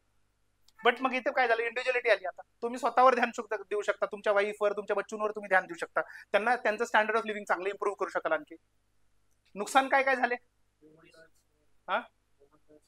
हा, फॅमिली बॉन्डिंग, सोशल बॉन्डिंग तुमची गेली ना. आता फॅमिली बॉन्डिंग झाली, आजी आजोबा काय बाळाला माहिती नाही. आणि पुन्हा नंतर आणखी आणखी प्रॉब्लेम्स कसे होत आहेत की आधी आता सिंगल चाइल्ड नॉर्म यायला लागलाय किंवा 2 चाइल्ड. आता मी आणि माझा भाऊच आहे, माझ्या बाळाला मावशी माहितीच नाही ना, सॉरी आत्या माहितीच नाही ना. आत्या हा कन्सेप्टच येणार नाही त्याला, कधी माहितीच नाही की आत्या काय असते. ठीक आहे. आणि बाकी काय आणखी बदल कोणीतरी सांगत होता, लँड डिस्ट्रीब्युशनचा प्रॉब्लेम झाला. ठीक आहे. आता जॉईंट फॅमिलीचे झाले की मग त्यामुळे लँडचा तुमचा प्रॉब्लेम होता. मग वेगवेगळे सांगत ते एज्युकेशन झालं, एनकल्चरेशन, सोशलायझेशन, सामाजिकरण जे प्रॉब्लेम आहे ते होणार. बरोबर आहे. अपब्रिंगिंग मध्ये तुम्हाला तुमच्या पूर्वजांनी जे नॉलेज आहे ते हस्तांतरित होणारच नाही, ट्रान्समिट होणारच नाही. बरोबर. ठीक आहे. ते बंद झालं तर तुम्ही लक्ष राहू द्या. बरं, आता आला जीएस पेपर 2. हे मी 3 वर्षाचे 4 वर्षाचेच घेतलं बरं. तुम्हाला दरवर्षी एक तरी प्रश्न आहे. आता हा प्रश्न बघा, एक अराउंड 15 मार्करचा तरी असेल हा वाला प्रश्न. हा वाला 10 मार्कर आहे, हा 10 मार्कर आहे. ठीक आहे. आता पेपर 2 काय आहे आपला? पॉलिटी, गव्हर्नन्स, सोशल जस्टिस आणि इंटरनॅशनल रिलेशन. तर आता मला सांगा की सोशल जस्टिस मध्ये कोणता पार्ट आहे? ट्रायबल राईट्स, वेलफेअर किंवा जे मार्जिनलाइज कम्युनिटीज आहेत तर त्यांचे जर वल्नरेबल सेक्शन झाले, फॉरेस्ट राईट्स झाले, हे वाले ह्या गोष्टी आहेत तिकडे. आणि नंतर सोशल जस्टिस मध्ये दुसरं काय? रोल ऑफ एनजीओ, एसएचजीज, सिव्हिल सोसायटी, ट्रायबल डेव्हलपमेंट मध्ये वल्नरेबल सेक्शन साठी वेलफेअर मेजर्स वगैरे घेतो, ते आहेत सगळे. नंतर ट्रायबल इश्यूज कोणते आहेत? आपण ट्रायबलच्या प्रॉब्लेम्स बघितला, इथं तर 3-4 आहेत, आपण सगळ्यात बघितलं. बॅकवर्ड क्लासेस, शेड्यूल कास्ट वगैरे सगळ्या प्रॉब्लेम्स. नंतर impact of globalisation, urbanisation, industrialisation, सगळ्या आपण गोष्टी बघितल्या. तो इथे सिलेबस मध्ये पण पार्ट आहे. आणि ट्रायबल ऍडमिनिस्ट्रेशन, बरोबर आहे, 5th शेड्यूल, 6th शेड्यूल, हा आहे पार्ट. झालं, म्हणजे आपण जे ओव्हरलॅप होतं ते बघितलं. आता प्रश्न बघा, GS2चा 23चा प्रश्न काय? हाऊ फार do you think cooperation, competition and confrontation have shaped the nature of the federalism in India? ठीक आहे, तर तुमच्या मते भारतातील संघराज्याच्या स्वरूपावर सहकार्य, स्पर्धा आणि संघर्ष याचा कितपत प्रभाव पडला आहे? काय कुठून येणार आपल्या याच्यातून? रिजनलिझम मधून थोडे पॉईंट्स येणार आपल्यामध्ये, पुन्हा ट्रायबल ऍडमिनिस्ट्रेशन मधून थोडे पॉईंट, सगळीकडून थोडे थोडे पॉईंट्स करून तुम्ही लिहू शकता. फेडरेशन बद्दल प्रश्न आहे, चांगल्यापैकी करू शकता. नेक्स्ट आहे, are the schemes for tribal welfare successful in upholding the constitutional provisions for schedule tribes? जेव्हा संविधानात्मक त्यांच्यासाठी जे सेफगार्ड्स तयार केलेले आहेत त्याने ते म्हणजे त्याला म्हणजे पुरेसे ठरतात का हे जे बाकीचे ट्रायबल वेलफेअर मेजर्स आहेत ते? सांगा बरं. करू शकाल आपण ते करणार आहे. दोन्हीच्या दोन्ही आपल्याकडे ट्रायबल वेलफेअरच्या स्कीम्स पण आहेत, कॉन्स्टिट्युशनल सेफगार्ड्स पण आहेत. डायरेक्टली तुम्ही चांगल्यापैकी आन्सर लिहू शकाल. ठीक आहे, की तुम्ही आता याच्यामध्ये काय करणार, बाकीचे विद्यार्थी लिहिताना कसे लिहिणार सांगा त्याचा आन्सर, की नाही थोडंसं कमी पडतो किंवा हे ओके इथे कमी पडायला लागलं वगैरे. आता तुम्ही तर चंद्रपूरचे आहेत ना, तर तुम्ही तर बघितलं तिकडे तर ट्रायबल सिच्युएशन अवघड आहे. गडचिरोली, चंद्रपूरला खूप अवघड आहे ट्रायबल सिच्युएशन. आता तिथे फक्त त्यांची पिळवणूकच होते भरपूर. तर मग त्या सिच्युएशन मध्ये तुम्ही रिअल लाईफ एक्झाम्पल सगळ्यांना येणार आहेत का? नाही. मग आपल्याकडे तर डेटा असणार आहे. आपण काय म्हणणार की ओके आता नरिशमेंटचा जो इश्यू आहे की आपण काय करतो ट्रायबल वेलफेअर मध्ये नरिशमेंटसाठी देतो, काहीतरी राशन वगैरे देतो यांना ट्रायबलच्या वेलफेअर स्कीम मध्ये. तर त्याच्यामध्ये जो माल नरिशमेंटचा इश्यू आहे, एनिमियाचा जो प्रॉब्लेम आहे, जनरल वुमन मध्ये पण आहे. आता आपल्या क्लासमध्ये जेवढ्या त्याच्यातले बघितले सगळे एनिमिक असणार आहेत, एकही चांगलं नसणार आहे ऑब्व्हियसली. इव्हन पुरुष सुद्धा आपल्याकडे एनिमिक आहेत. ठीक आहे, फिमेलच नाही. तर मग जर त्यांच्यामध्ये नाही तर मग ट्रायबल सिच्युएशन मध्ये तर आणखी एनिमिया जास्त असणार. कशामुळे असणार त्यांच्यामध्ये सांगा? फूड हॅबिट्स चेंज झालेत ना त्यांच्या. आपण आता राशन दुकानामध्ये पीडीएसच्या थ्रू ट्रायबल्सला काय देतो? गहू, तांदूळ. ते पहिलं मस्तपैकी बाजरी खायचे, रागी खायचे, आहे ना, वेगवेगळ्या गोष्टी खायचे. प्रोटीन सोर्स होता त्यांचा, हाय रिच होता. आता आपण त्यांना एक लिमिटेड सोर्स द्यायला, त्यांची डाएट झाली, न्यूट्रिशन डेफिशियन्सी त्यांच्यामध्ये चालू झालं. ते एक्झाम्पल टाकतात. डेटा वगैरे आपल्याकडे सगळं असणार आहे. नॉर्मल पॉप्युलेशन मध्ये जर एनिमियाची कंडिशन 40%, 50% असेल तर त्यांच्यामध्ये थोडंसं वाढवायचं, लगेच 60%, 70% करून टाकायचं. आणि कधी पण मार्जिन मध्ये लिहायचं, म्हणजे चुकण्याचे चान्सेस कमी होतात. आणि कॉमन सेन्स तर असणार ना, 90% ट्रायबल्स हे एनिमिक आहेत असं म्हणू शकत नाही. 60% म्हणा तुम्ही, काही प्रॉब्लेम नाही. मग अशा टायमाला काय करतं, हाफ म्हणायचं, 1/3 म्हणायचं, 2/3 म्हणायचं, असं हे लिहिताना. ठीक आहे. नेक्स्ट काय? Welfare schemes for the vulnerable sections of the population by central and states and the performance of these schemes. बरोबर आहे. वेलफेअर स्कीम्स आपण अभ्यास करणार. आता फक्त आपण वेलफेअर स्कीमचा कसं आहे ते बघणार का, त्याच्यामध्ये काय प्रॉब्लेम्स आहेत ते पण बघणार आपण. आता पीडीएस म्हणलं, मी बोलत होतो तुम्हाला, पीडीएस साठी सर्वात चांगले स्टेट्स कोणतं म्हणलं होतं? छत्तीसगड, तामिळनाडू म्हणलं. तर तिथे का चांगलं होतं आपण बघणार, म्हणजे बाकीचे खराब काय ते पण बघणार आपण. ओके, ठीक आहे. आता लिटरेसी बद्दल आपण बोलतो, तर जनरली लिटरेसी म्हणल्यामध्ये आपल्या डोक्यात काय आलं? पहिलं केरला आलं, पण नाही, मिझोरम पुढे गेला. आता मिझोरम 100% लिटरेसी आहे का? किती पर्सेंट आहे लिटरेसी? फर्स्ट लिटरेट स्टेट म्हणले म्हणजे 90 to 93% आहे त्याची लिटरेसी, त्याला म्हणलं तसं. ठीक आहे. आता हाही प्रश्न येऊ शकतो बरं, की तुम्हाला विचारू शकते की म्हणजे याच्यामध्ये सांगतील की मिझोरम हे पहिलं लिटरेट स्टेट बनलंय, त्याच्यामध्ये 100% लिटरेसी अचीव्ह केली. ऑप्शन चुकला ना पहिला, आपण डायरेक्ट म्हणा लिटरेट आहे म्हणजे 100% आहे. बरोबर आहे. आता हे झालं जीएस पेपर 3 कळालं, 1-2 कळालं. ठीक आहे. तर economy, science tech, environment, disaster management, internal security. Economy मध्ये काय वापरता येईल आपल्याला? येस, बेसिक नॉलेज होणार आहे, डेप्थ मध्ये नाही. आपल्याला थोडं मार्केट इकॉनॉमीचं हलकंसं ज्ञान मिळणार आहे, पण इकॉनॉमी मध्ये जास्त डेप्थ मध्ये आहे, तर तिथे एवढा जास्त यूज होणार नाही. हा, आपण एखाद्या जर ट्रेडिशनल इकॉनॉमिक सिस्टीम जर काही विचारले, चुकून प्रश्न आला तर त्याबद्दल आपण बघू शकाल. ठीक आहे. नंतर काय? सायन्स अँड टेक मध्ये, सायन्स अँड टेक मध्ये वापरता येईल का काही आपल्या ह्याच्यामधून? येस, आपण बघतो ना, जेनेटिक्स वगैरे झालं आपल्यामध्ये, फोरेन्सिक्स झालं, आपण सगळ्या गोष्टी केलेल्या आहेत, सायटोजेनेटिक्स वगैरे सगळ्या गोष्टी करणार, तर ते झालं. आपण क्रिस्पर कॅस्नाइन वगैरे. एन्व्हायरमेंट मध्ये कुठं वापरता येईल? अँथ्रो, आपण सांगितलं की एन्व्हायरमेंट मध्ये कसं आहे की कन्झर्वेशन मेजर्स वगैरे जे आहेत. आता बिष्णोई ऐकले? सलमान खान नाही बरं, बिष्णोई म्हणले की सलमान खान आठवतं. काय होतं? ब्लॅक बक्स. जे आहेत त्यांचं ते करतात. आता कन्झर्वेशन करण्यासाठी वेगवेगळे जे ट्राईब्स आहेत ते कन्झर्वेशन करण्यासाठी वापरतो आपण त्यांना. तुम्हाला एक एक्झाम्पल तर सांगतो मी, की खाली एक ट्राईब आहे. जय भीम मूवी बघितला? जय भीम. जय भीम मूवी मध्ये एक ट्राईब सांगितलेली आहे, ती इरुला ट्राईब आहे. तर इरुला ट्राईब तुम्ही विचार करा, they are called as snake catchers. Snake पकडतात, पायथन्स वगैरे पकडण्यामध्ये ते एवढे एक्सपर्ट आहेत ना. इंडियन पायथन जे म्हणतात, मोठे मोठे अजगर वगैरे साप वगैरे पकडण्यात एवढे एक्सपर्ट आहेत. त्यांच्यापैकी लोकांना ते कॅलिफोर्नियाला घेऊन जातात पायथन पकडायला. विचार करा, कसली मोठी अचिव्हमेंट आपल्यासाठी. आता त्यांचं ट्रेडिशनल नॉलेज एवढं भारी आहे. इव्हन भरपूर बघा ना तुम्ही, कॅन्सर ट्रीटमेंटचे जे मेडिसिन्स आहेत ना, ते ट्रायबल नॉलेज आहे. बरोबर आहे. कॉन्ट्रासेप्टिव्ह मध्ये आपल्याकडे काय वापरतात, तर कॉन्ट्रासेप्टिव्ह पिल्स वगैरे वापरतात, कॉन्डम्स वगैरे वापरतात. त्यांच्यामध्ये हर्ब्स खाऊन कॉन्ट्रासेप्टिव्ह. किती मस्त आहे, साईड इफेक्ट नाही, कुछ नाही. तर तसे ठीक आहे. नंतर काय डिझास्टर मॅनेजमेंट मध्ये कुठे येतं का ट्रायबल नॉलेज वगैरे आपल्याला वापरता किंवा थ्रू? येस, येतो. कसं एक्झाम्पल कोणतं आठवतं? सायक्लोन जेव्हा आला होता, ट्रॉपिकल सायक्लोन आला होता बे ऑफ बेंगालमध्ये, तर सगळ्यांना वाटलं अंदमान पूर्ण आयलंड गेलं, खतम झाले सगळे लोक. तिथे गेले तर सेंटिनलीजनी काय केलं, हेलिकॉप्टरवर बाण मारायला चालू केले. त्यांना कसं कळालं वाचायचं कसं एवढ्या मोठ्या सायक्लोन मधून? आता त्यांना पूर्वजांपासून नॉलेज आलं होतं, किंवा जेव्हा समुद्राचं पाणी एकदा वापस गेलं की त्याच्यानंतर ते एकदम फास्ट येणार आहेत. त्या वेळेमध्ये तुमच्याकडे कमी वेळ आहे, तुम्ही जाऊन टेकडीवर बसा. मग सगळे जाऊन टेकडीवर बसले. ठीक आहे, मग ते आहे ते आपण नॉलेज वापरू शकतो त्यांचं. टर्मरिक हे शब्द ऐकले का तुम्ही? टीकेडीएल. टीकेडीएल ट्रेडिशनल नॉलेज डिजिटल लायब्ररी. तर यांनी काय करायला, जेवढे पण आपल्या ट्रायबल्स आहेत या ट्रेडिशनल नॉलेज सिस्टीम्स आहेत, त्यांना डिजिटल फॉर्म मध्ये एक लायब्ररी तयार करतात.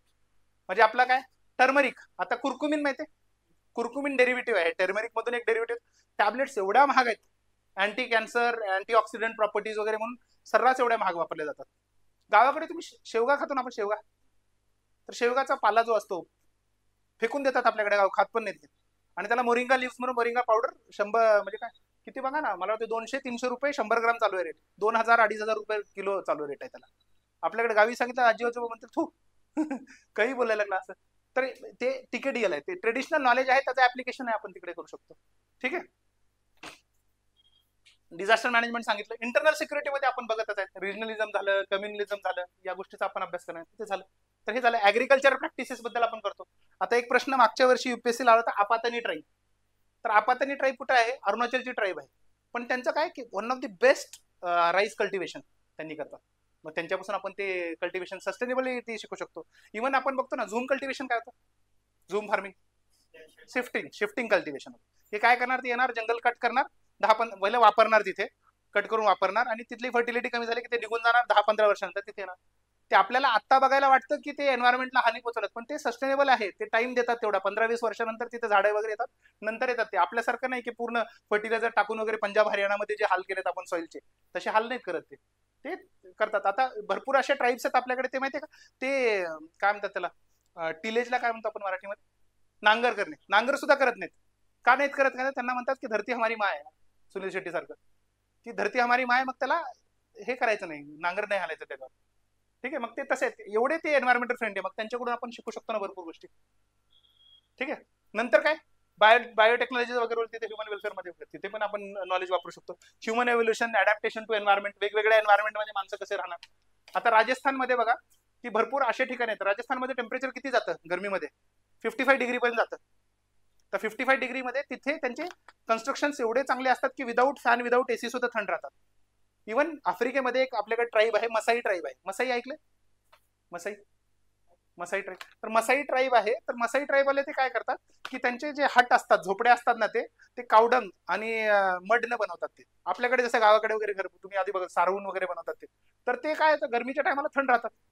ते झाले. मग तसे मेकॅनिझम्स ते शिकू शकतो आपण त्यांच्याकडून. ह्युमन अडॅप्टेशन वगैरे कसे करणार, किंवा खाण्यापिण्याच्या गोष्टी असतील, किंवा काय अनुकूलन त्यांनी काय केलं ते शिकू शकतो.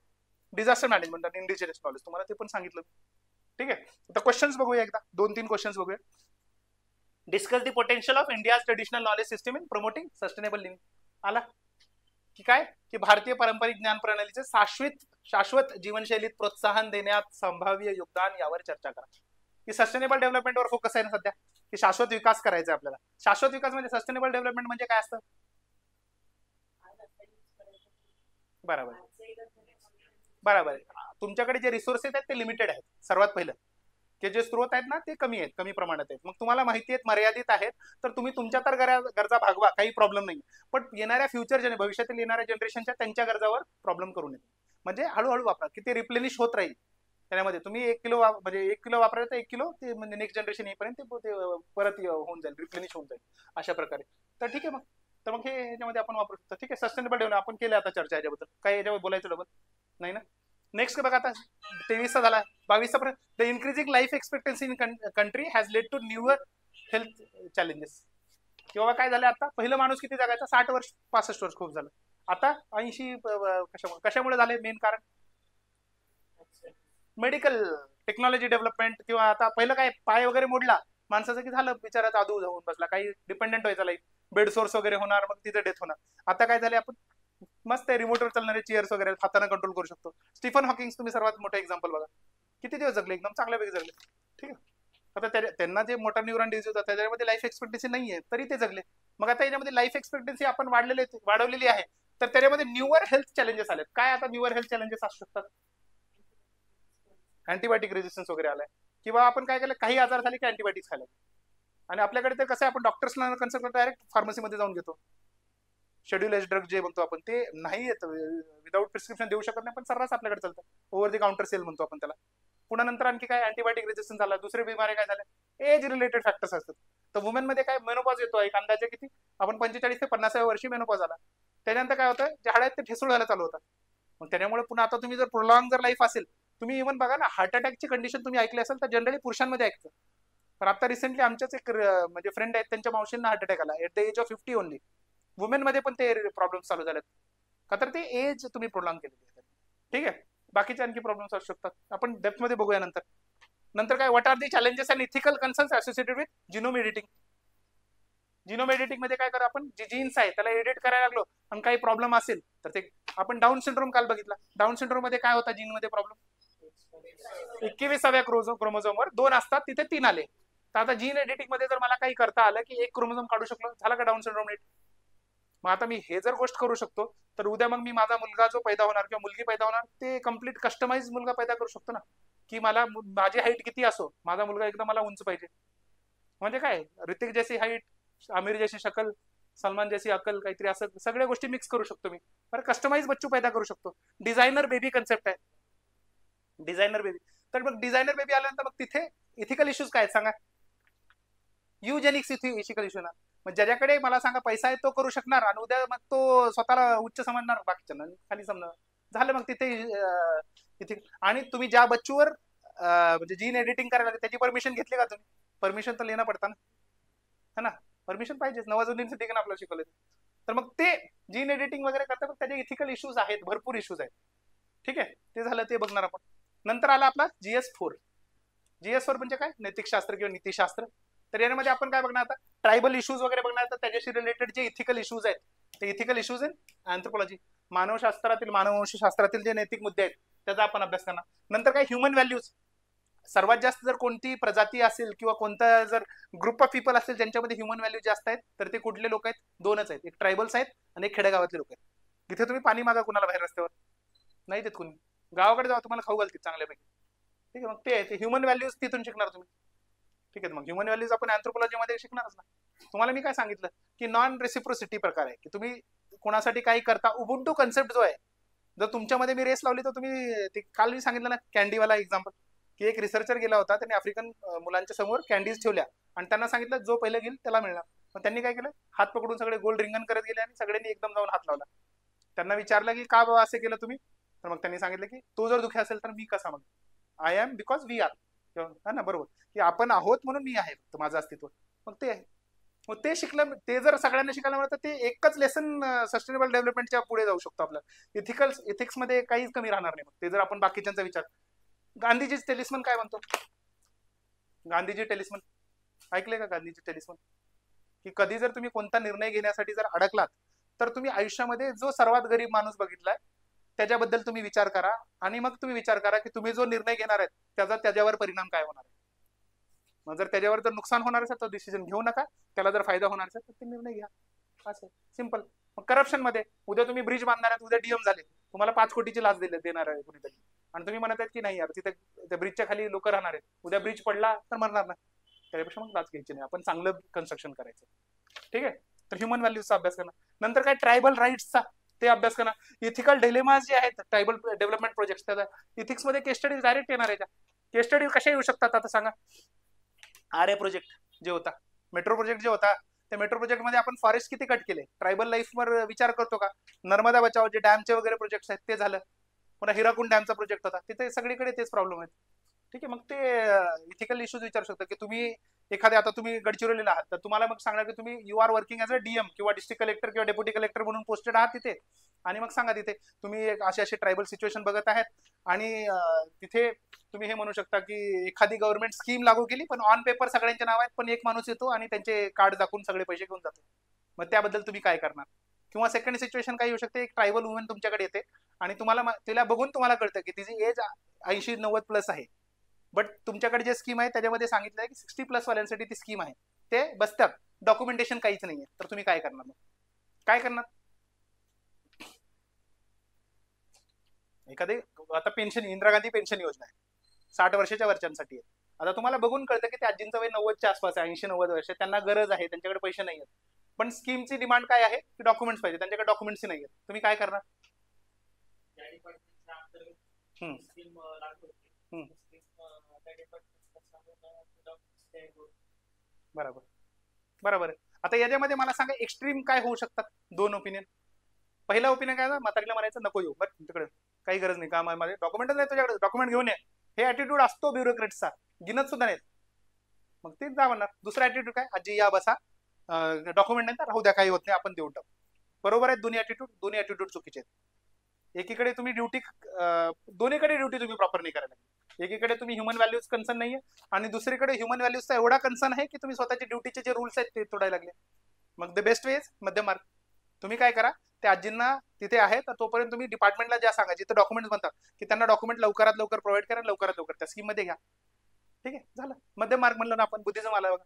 तर ते तसे इथिकल डायनॉमाजवर केस स्टडीज येणार वेगवेगळे, तिथे यूज करू शकतो.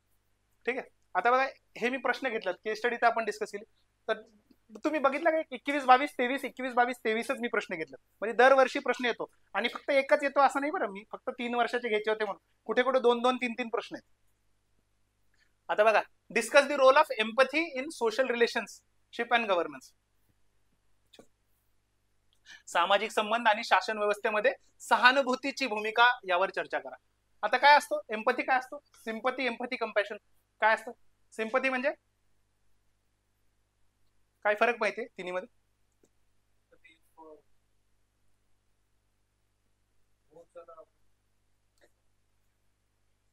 सिंपथी म्हणजे काय, तुम्ही दुःखी आहात, मला कळतं की तुम्ही दुःखी आहात, खतम.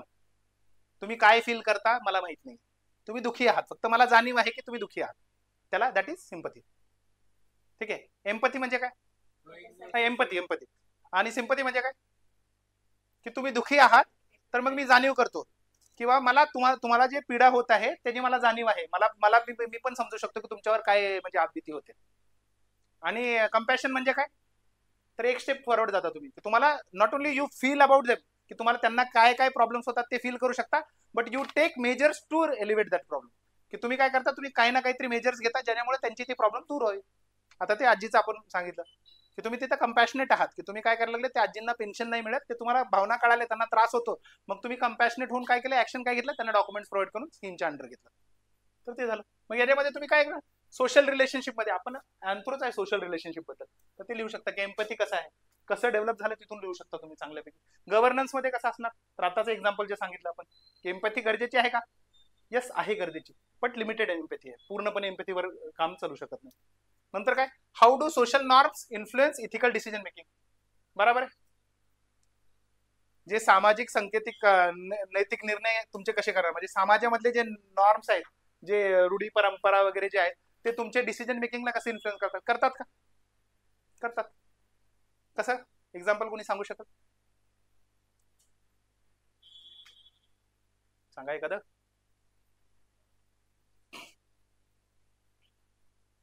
सामाजिक नॉर्म्स मध्ये तुमचे म्हणजे डिसिजन मेकिंगला कसं इन्फ्लुएन्स करतो, सांगा.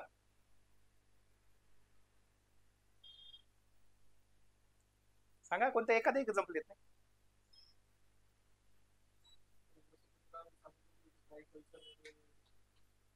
बरोबर आहे. ह्युमन राईट्स व्हायलेशन मी खतना सांगितलं होतं काल इस्लाममध्ये. आता तुम्हाला माहिती आहे ह्युमन राईट्स व्हायलेशन, बट काय करणार, रिलीजन आहे, रिलीजनचा ठप्पा लागलेला आहे, ते आहे. बरोबर आहे. ते सोशल नॉर्म्स आहेत, तुम्हाला ते फोर्स करायचं की इथिकल डिसिजन तुम्हाला तेच घ्यावं लागणार आहे, डिसिजन मेकिंग ते तशीच होणार आहे, त्या हिशोबाने डिसिजन मेकिंग असणार तुमची, सोशल नॉर्म्स असणार. किंवा एखाद्या जागी फिमेल फिटिसाइड होतं. आता टोडा हे कम्युनिटी आहे.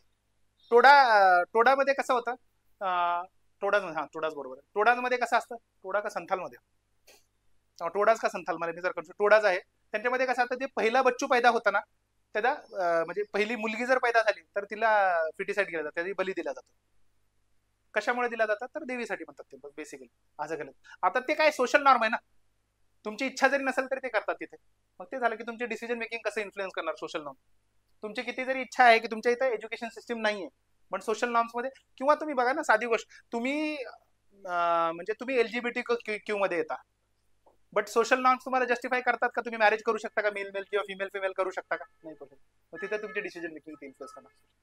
तर त्याच्यामध्ये तुम्ही वेगवेगळे एक्झाम्पल्स टाकू शकता ते गोष्ट, की सोशल नॉर्म्स कसं असणार, काय करणार, म्हणजे एज्युकेशन सिस्टीम असेल किंवा काय असेल. पुस्तकाचं आपण जे एक्झाम्पल सांगितलं ना, मी म्हणलं ना रमेश अभ्यासकर आणि सुनीता जेवण बनव, ते झालं सोशल नॉर्म्सच आहे, तिकडे डिसिजन मेकिंग तुमचे. किंवा ट्रॅफिक सिग्नल तोडणे, उलट्या साईडने जाणे, हे सोशल लाईफ आहे तुमची. हे सगळे एकानं तोडले की मेंढराची चाल सगळे मागे मागे आहे गोष्ट. ठीक आहे. नंतर काय, role of ethics in scientific research, particularly in anthropology and sociology, हे तर आपलंच आहे. सायंटिफिक रिसर्च बद्दल, सोशोलॉजी आणि अँथ्रोपॉलॉजी मध्ये काय काय रिसर्च असणार इथिक्स मध्ये, ते आपण करणार, ते एकदम चांगल्यापैकी. ठीक आहे. आता एसए पेपर मध्ये कुठे होणार, तर मी सांगितलेलं आहे ते डबल सांगतो. सोशल मुद्द्यावर जर आला कोणताही प्रश्न तर लिहिणार तुम्ही डायरेक्टली. सोशल इश्यूजवर आला, तुम्ही बघितलं का एकदा, जे सोशोलॉजीचे स्टुडंट असतात ना त्यांना एसए मध्ये मार्क्स चांगले पडतात. का तर त्यांना रायटिंग स्किल लागतो, मग ऑब्व्हियसली त्यांनी रायटिंग स्किल डेव्हलप केलेलं असतं, आणि सोशल इश्यूज त्यांचे पण पक्के असतात. मग आपले का नाही होणार, आपल्याकडे पण तेच आहे, आपल्याला फक्त रायटिंग स्किल त्या हिशोबाने तिथं करावं लागणार थोडीशी. आणि नंतर काय, सायन्स अँड टेकचे रिलेटेड असेल तर आपल्याला सायन्स अँड टेकचे एक्झाम्पल वेगवेगळे आहेत, तिथे ओव्हरलॅप होतो. नंतर काय, इथिक्स आणि सोसायटीची नीतिमत्ता असेल, नीतिशास्त्र असेल किंवा समाज असेल, त्याच्याशी रिलेटेड काही कल्चरशी रिलेटेड, सभ्यतेशी रिलेटेड असेल तर ते करू शकतो.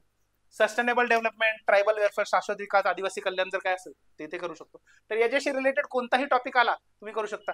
तुम्ही एक बघा, आता मी हे एमपीएससी मध्ये तर एसए सोपे येणार आहेत, म्हणजे एवढे डिफिकल्ट येणार आहेत. युपीएससी आता इव्हॉल्व्ह होत कुठेतरी, आता फिलॉसॉफिकल टॉपिक्स देत आहे सध्या, बघितलं ना तुम्ही. एक पूर्ण सेक्शनच फिलॉसॉफिकल असतो, ए सेक्शन आणि बी सेक्शन, दोन्हीपैकी एक एक एसे लिहायचा असतो तुम्हाला. किती वर्डचा लिहायचा असतो, 1200 वर्ड्स पर्यंत, मस्तपैकी. म्हणजे अंदाजे तुम्हाला एक 15 ते 16 पानं बीज भरायचे असतात. एमपीएससी आतापर्यंत जे एसे लिहितो ते किती वर्डचा होता, 400 वर्डचा होता. तो वर्डपेक्षा त्याच्यापेक्षा म्हणजे तुम्हाला तिप्पट चारपट लिहायचा एसे. तर मग मला सांगा, याच्यामध्ये जे फिलॉसॉफिकल जे टॉपिक्स येतात, त्या फिलॉसॉफिकल टॉपिक्स मध्ये अँथ्रोपॉलॉजीच्या नॉलेजचा फायदा होईल का, होणार. आता मी म्हणा थिंकर्स वापरायचे डायरेक्टली तिथे, थिंकर्स वापरायचे. इथिक्स मध्ये होणार तिथे, तिथे डायरेक्ट तुम्ही थिंकर्स वापरू शकता. ठीक आहे. ट्रायबल केस स्टडीज वापरायच्या, एक्झाम्पल्स वापरायच्या, डेटा वापरायचा, रिपोर्ट्स वापरायच्या, सगळं वापरू शकता तुम्ही. ठीक आहे. आता एसए मध्ये बघा 3-4 एसे आलेले, मी 24चा आणि 23चा, 24ला बघा 2 एसेस मी सांगतो की forest precede civilisation and desert follow them, म्हणजे वने संस्कृती पूर्वी अस्तित्वात असतात आणि वाळवंटे त्यानंतर येतात. काय म्हणतो म्हणजे, काय डोक्यात आलं कोणती एखादं ठिकाण वगैरे किंवा कशाबद्दल, सुरुवात कशाने करणार एसेची, की forest they precede civilisation and after civilisation काय येतं तर डेझर्ट्स येतात. आयव्हीसी, व्हेरी गुड. आयव्हीसी तेच ना, सगळं आधी फॉरेस्ट होतं, नंतर आयव्हीसी आला, आता काय डेझर्ट आहे. तिथून तुम्ही एक्झाम्पल लिहू शकता. पण सगळे लिहिणारे काय लिहिणार, हेच सुरुवात करणार. मग आपण काय करायचं, हे मध्ये कुठेतरी टाकायचं. आणि आपल्याकडे तर नॉलेज भरपूर आहे, आपण मग नॉट ओनली आपण आयव्हीसीचा अभ्यास करणार, आपण वेगवेगळ्या सिव्हिलायझेशनचा अभ्यास करणार, इजिप्तचा अभ्यास करणार आहे, मेसोपोटेमियाचा अभ्यास करणार आहे, बरोबर टच करणार आहेत आपण सगळ्यांना. ते झालं, आपण ते करू शकतो एखादं एक्झाम्पल. नंतर काय, social media is triggering FOMO, fear of missing out among the youth, precipitating depression and loneliness, लिहू शकता तुम्ही. आता याच्यामध्ये मला सांगा, इन जनरल युथ बद्दल पण तुम्ही लिहू शकता का, तर आपल्याला काय सोशल सायकी किंवा ह्युमन सायकी बद्दल आपण थोडाफार अभ्यास करणार आहेत.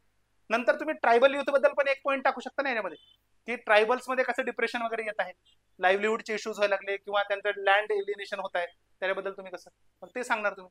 की सामाजिक माध्यमे तरुणांमध्ये काय हरण्याची भूमिका, म्हणजे फोमो माहिती आहे ना तुम्हाला, फिअर ऑफ मिसिंग आउट. एखादा कोणी काय करतो, तुम्हाला वाटतं आयफोन याच्या हातात आहे तर माझ्या हातात आयफोन, असं वेगळं वाटतं नाही. ठीक आहे, मग ते झालं ते त्याच्याबद्दल. नेक्स्ट बघा, a society that has more justice in the society that needs less charity. कळालं टॉपिक काय म्हणतो, की ज्या समाजात अधिक न्याय असतो त्या समाजाला कमी दान धर्माची गरज असते. बरोबर आहे. उबुंटू असेल तिथं काय दान धर्म, बरोबर आहे. आपण उबंटूवरून सुरुवात करू शकतो याच्यामध्ये आणि मग उबंटूची सुरुवात कशी काय, रिसर्चची स्टोरी सांगायची आपण, की सांगायचं मग आपण ह्या हिशोबाने असं करा. एस्से लिहिताना जेवढा तुम्ही कराल, एस्सेचे वेगवेगळे अप्रोच आहेत आन्सर रायटिंग, म्हणजे एस्से लिहित असताना मग ते वेगवेगळे अप्रोच करायचे. जनरली माझा आवडता अप्रोच कोणता होता तुम्हाला सांगतो. आता थोडंसं आपण अँथ्रोच्या बाहेर निघू. मी काय करतो, सायक्लिकल अप्रोच एक फॉलो करायचो, की एक स्टोरी एका फॉर्मनं चालू करायची आणि स्टोरीची सुरुवात केली की मी काय म्हणलं की एक ट्रायबल रिजन आहे आफ्रिकामध्ये आणि तिथे एक XYZ नावाची मुलगी आहे आणि मग तिला हे प्रॉब्लेम्स फेस करते वगैरे असं तसं सांगायचं, त्या त्या टॉपिकशी निगडीत सांगायचं आणि लास्ट एंडला सांगायचं की ती मुलगी आज हसत खेळत स्कूलला जाऊन वापस आली. म्हणजे कळालं, एक क्लोजर मिळणार. एक्झामिनर जेव्हा वाचणार ना, तुम्ही त्याला फिरवायला लागले पूर्ण, ते पूर्ण जग फिरवून आणलं. आणि मग नाहीतर तुम्ही काय म्हणा की एक मुलगा तामिळनाडूमध्ये जन्मला होता, त्याने खूप म्हणजे त्याची इच्छा होती असं तसं म्हणजे मोठा व्हायचं वगैरे, आणि लास्टला तुम्ही सांगणार एंडमध्ये की तो अब्दुल कलाम झाला आणि प्रेसिडेंट ऑफ इंडिया बनला. ओके, मग असं मग ते फिरवून आलं, एक क्लोजर मिळाला ना त्यांना एक्झामिनरला, त्याला पण चांगलं वाटतं. बरोबर आहे. रांचो कुठे झाला काय म्हणते, लास्टला फुनसुक वांगडू कळाला की खुशी वाटली ना, मग तो वाला फील यायला पाहिजे. ठीक आहे, दुसरा जर कोणी फुनसुक वांगडू बसवला असतं तर किती वाईट वाटलं असतं, नाही ना. मग तो education is what remains after one has forgotten what one has learn in schools. बरोबर आहे, की शिक्षण म्हणजे काय असते, तर जे शाळेत शिकलेले विसरल्यानंतर आपल्या सोबत राहते ते. म्हणजे काय, आता याच्यामध्ये काय असणार आहे, शाळेमधलं शिकलेलं सोडून आपल्यामध्ये काय राहतं, socialization. We are social animal. Enculturation, सामाजिकरण जे तुमचं होतं, तुम्ही एक जनरेशन दुसऱ्या जनरेशनला. Human values. बरोबर आहे, तुम्ही इंजिनियर झाले आणि तुम्ही तुमच्याकडे नॉलेज भरपूर आहे पण तुम्ही माणूसच चांगले नाही झाले. आता त्या दिवशी माझ्याकडे एक स्टुडंट आले होते, मग मी ते त्यांचे वडील जे होते ना खूपच हे होते, म्हणजे ऍक्टिव्ह होते एकदम. मग ते मला म्हणत होते की नाही, मुला शिक्षण सिलेक्शन व्हायलाच पाहिजे यावेळेस. मी म्हणलं काका, म्हणलं तयारी करत आहे ना, तयारी करताना मी तुम्हाला या गोष्टीची हमी देतो की UPSCची किंवा MPSCची तयारी करत असताना तुमची मुलगी किंवा मुलगा जो आहे तो चांगला व्यक्ती बनेल. मग मला तुम्ही सांगा, तुम्हाला एक IAS ऑफिसर पाहिजे किंवा डेप्युटी कलेक्टर पाहिजे का चांगला व्यक्ती पाहिजे? म्हणजे चांगला व्यक्ती. म्हणलं त्याची हमी देतो, म्हणलं सिलेक्शन होईल का नाही त्याची हमी मी देतो. आणि ते गरजेचं आहे, महत्वाचं. का तर प्रीतम 2012-13चा आणि प्रीतम आत्ताचा जमीन आसमानचा फरक आहे. मी तुम्हाला सांगतो नॉलेजच्या बाबतीतच, आमचा मेडिकलचा जो ग्रुप आहे, आमचा जो आम्ही 15-16 मुलांचा ग्रुप आहे, तर त्या ग्रुपमध्ये मी पहिलं जर काही ओपिनियन दिलं ग्रॅज्युएशन मध्ये तर त्याला म्हणजे अपोजिशन वगैरे व्हायचं. पण आत्ताच्या कंडिशनला जर मी काही ओपिनियन त्याला टाकलं तर इट इज अ स्टँड. आता दे नो की आय हॅव अ नॉलेज. आणि कशामुळे आहे, UPSC MPSC है ना. बरोबर. आता बघा हे topic, forest are the best case studies for economic excellence. नाही डायरेक्ट टॉपिक आपल्याला, आपण ट्रायबल लाईफ, फॉरेस्ट्री वगैरे सगळे शिकणार आहेत. The process of self discovery has now been technologically outsourced. की स्वतःला शोधण्याची प्रक्रिया आता तंत्रज्ञानावर सोपवली गेली आहे. लिहू शकाल, कशामध्ये लिहायचं सांगा, AI वगैरे, चांगल्यापैकी लिहू शकाल. अँथ्रोमध्ये तुम्हाला लिहिता येईल की कसं, तुम्ही मग सांगणार की मानवाची उत्क्रांती कशी झाली होती, होमोडुएसचा वगैरे तुम्ही कन्सेप्ट सांगणार, की पुढे माणूस सायबॉर्ग वगैरे होणार आहे, AI डिपेंडेंट होणार आहे, असं वगैरे त्याच्यामध्ये तुम्ही लिहू शकता. ठीक आहे. There are better practices to best practices. सांगा काय, की सर्वोत्तम पद्धतीपेक्षा अधिक चांगल्या पद्धती पण असू शकतात.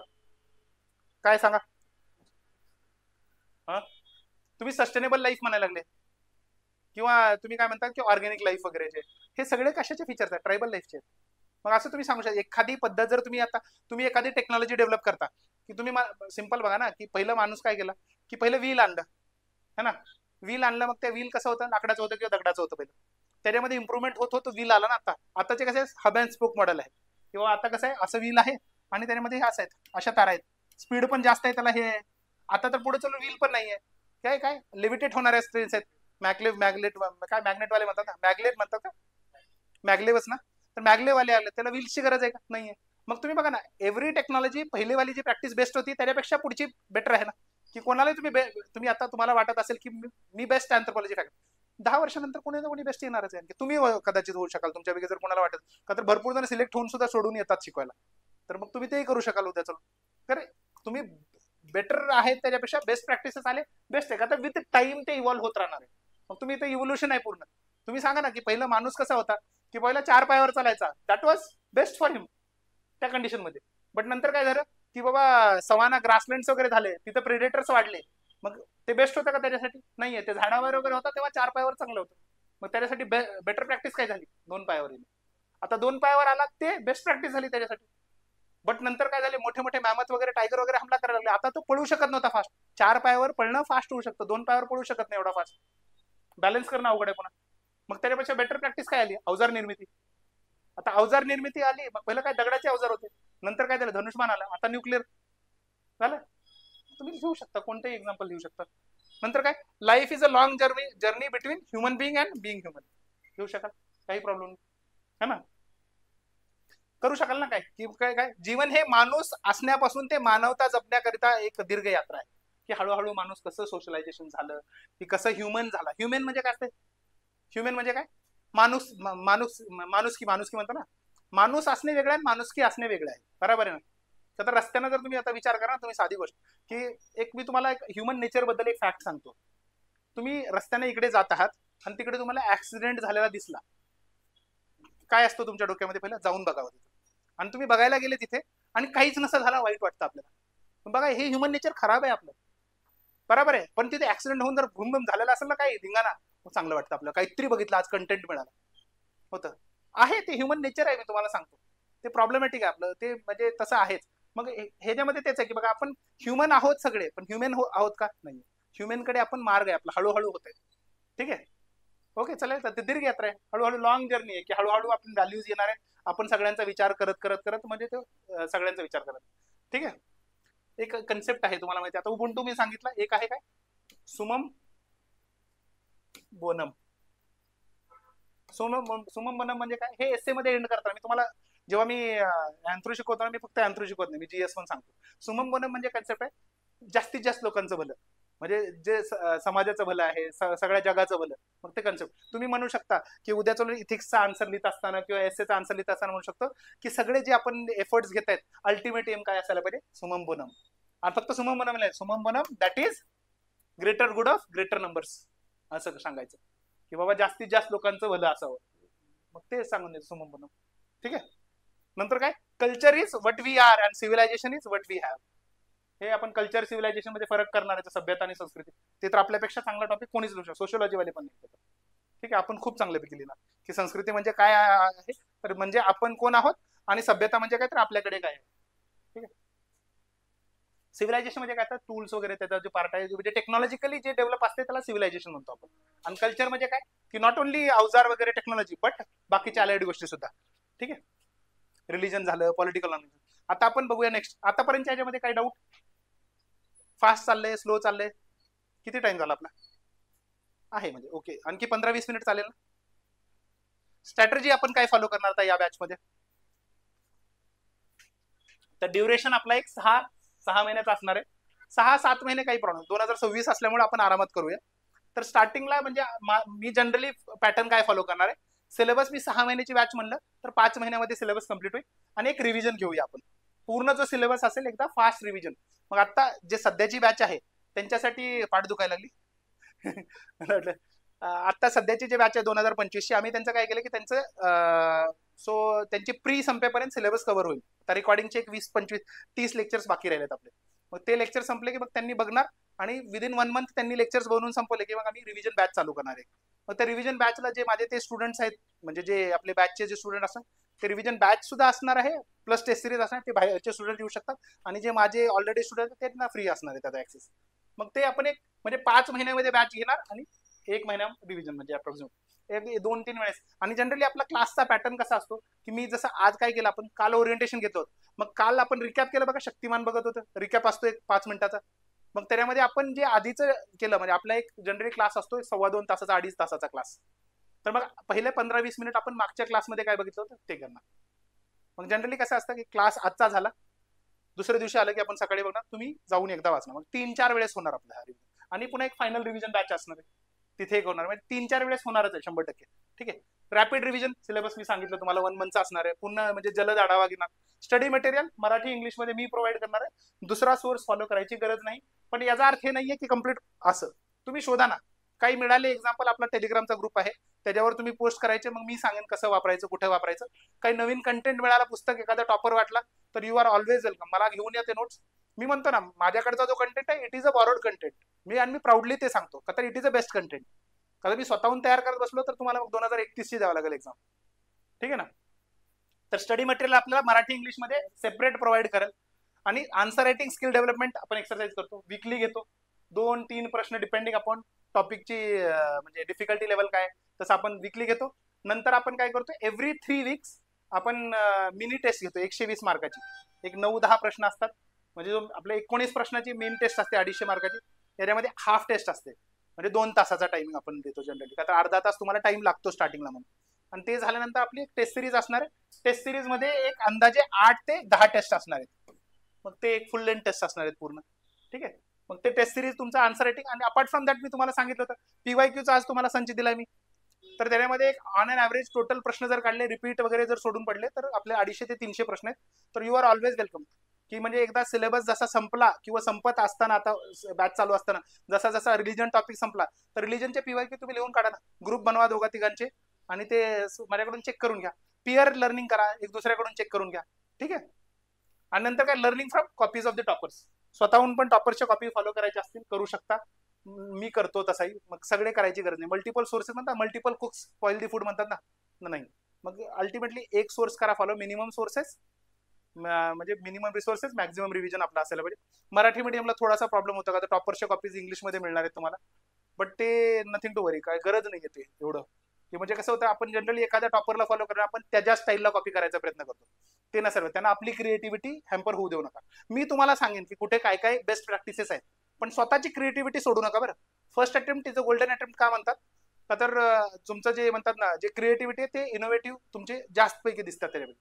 मी इथे आपले एक सर आहेत, प्रवीण चव्हाण सर, माहिती आहेत तुम्हाला, मार्गीवाले. तर त्या सरांकडे मी 2013ला इथं पुण्यामध्ये होतो. तर मग मी खूप घाबरायचो. माझे जे रूममेट्स होते ना, सगळे मोठे होते, मी छोटा होतो सर्वात. तर मग सरांनी म्हणले की उद्या आपला एक एस्से रायटिंग असणार आहे. मग मी मस्तपैकी म्हणलं आपल्याला काही जमत नाही एस्से लिहायला, पहिलाच अटेम्प्ट आहे. मी मस्तपैकी मूवी बघत बसलो, ट्रॉय मूवी बघितला. तर ट्रॉय मूवी बघत बसलो, आणि सेकंड डेला मग मी जाणारच नव्हतो एस्से रायटिंगला. मला जबरदस्ती, आता माझे रूममेट होते माधव सुलफुले म्हणून, इंडियन फॉरेन सर्व्हिसेसमध्ये पॅरिसला आहेत सध्या, नांदेडचेच आहेत ते. तर मग त्यांनी मला जबरदस्ती घेऊन गेले, चल म्हणे तू, नाहीतर फटके खाशील म्हणे. मग गेलो मी. ते सरांनी टॉपिक दिला, a world personality that inspired me. मग मला काही माहित नाही, मला गांधीजी माहिती, सर म्हणे गांधीजीवर लिहायचं नाही. बुद्धा माहिती, बुद्धावर लिहायचं नाही. नेल्सन मंडेला म्हणलं गांधीजीच लिहायचा, तर सर म्हणले नेल्सन मंडेला पण लिहायचं नाही. मग म्हणलं आता काय लिहू. मग सरांना जाऊन म्हणलं, सर मिथिकल पर्सनॅलिटी चालेल का. मग मी सुरू केला, Troy the son of Peleus, Achilles the son of Peleus म्हणून ट्रायची सगळी स्टोरी लिहून काढली. अँड मला हायेस्ट मार्क्स मिळाले सर्वात. तिथे मी डायग्राम काढला. मी डायग्राम कसा काढला तिथे, की हा असा दाखवला. आता मी तुम्हाला फास्ट दाखवतो बरं काढून. हा बॉडी बिल्डर, मग याचे काहीतरी गुणधर्म ABCD, आणि हे ई, आणि पुन्हा याच्यापासून असं केलं मी, आणि हा मी, आणि हे, आणि यांना मी माझ्या लाईफमध्ये कसे वापरले, हे मी डायग्राम काढून टाकला. आणि मला हायेस्ट मार्क दिले सर. 20 मार्कापैकी मला 15 का 16 टाकले सरांनी. आणि मग सगळे माझे मग रूममेट जे होते ते मला शिवाय द्यायला लागले, म्हणे येत नाही म्हणे एवढं चांगलं लिहिलं. सरांनी एकच कमेंट टाकला होता मला तिथे, काय की डोंट लूज युअर क्रिएटिव्हिटी, जो तुझं इनोव्हेटिव्ह स्किल आहे ते सोडू नकोस, एवढेच चांगलं करायचं. बट विथ ड्यू टाइम, जसं जसं तुम्ही प्रिपेअर करता ना, तुम्ही इन्स्टिट्यूटला कॉपी करता, इन्स्टिट्यूटवाले तुम्हाला पिअर प्रेशर म्हणून ना, आपण आता पिअर प्रेशरमध्ये तुम्ही आन्सर्स तुमचे इनोव्हेशन सोडता, ते सोडायचं नाही कधी. कंटेंट वाढवायचा 100%, पण जे तुमचं नॅचरल जे स्किल आहे ना, डायग्राम काढायचं, प्रेझेंटेशन वाढवायचं, ते सोडायचं. ठीक आहे. सो टॉपर कॉपीज फॉलो करा तुम्ही स्वतःहून, काही प्रॉब्लेम नाही. पण मी सांगेन मग टॉपर्स कोणते, किंवा मी ऑलरेडी फॉलो केलं तर तेही करायची गरज नाही. ठीक आहे. एक दुसऱ्यापासून जास्त शिका, का तर न्यू ब्लड, तुम्ही जे न्यू येत आहेत ना आता, नवीन जनरेशन, या टॉपर्स पेक्षा तुम्ही हुशार जास्त आहेत. फक्त थोडंसं कंटेंटची कमी आहे, नॉलेजची कमी आहे, ते वाढवूया आपण. ठीक आहे. आता last but not the least, why not to opt for anthropology. काय असू शकते कारण, सांगा बरं, अँथ्रोपॉलॉजी का नाही घ्यायला पाहिजे.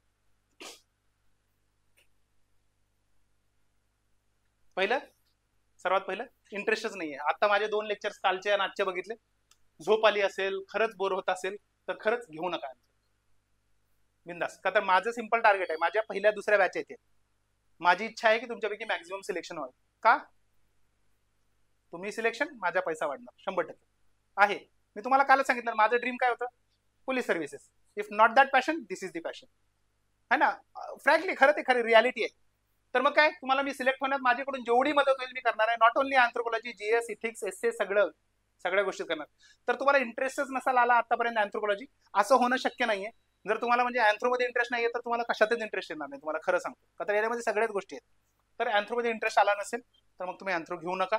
सेकंड काय, सिलेक्टच व्हायचं नसेल, स्कोरच हाय घ्यायचा नसेल तर घेऊ नका, किंवा पंचवार्षिक योजना असेल तर अँथ्रो घेऊ नका. सोशो घ्या, पॉलिटिकल सायन्स घ्या, बाकीचे घ्या. आता त्याला वेळ लागतो.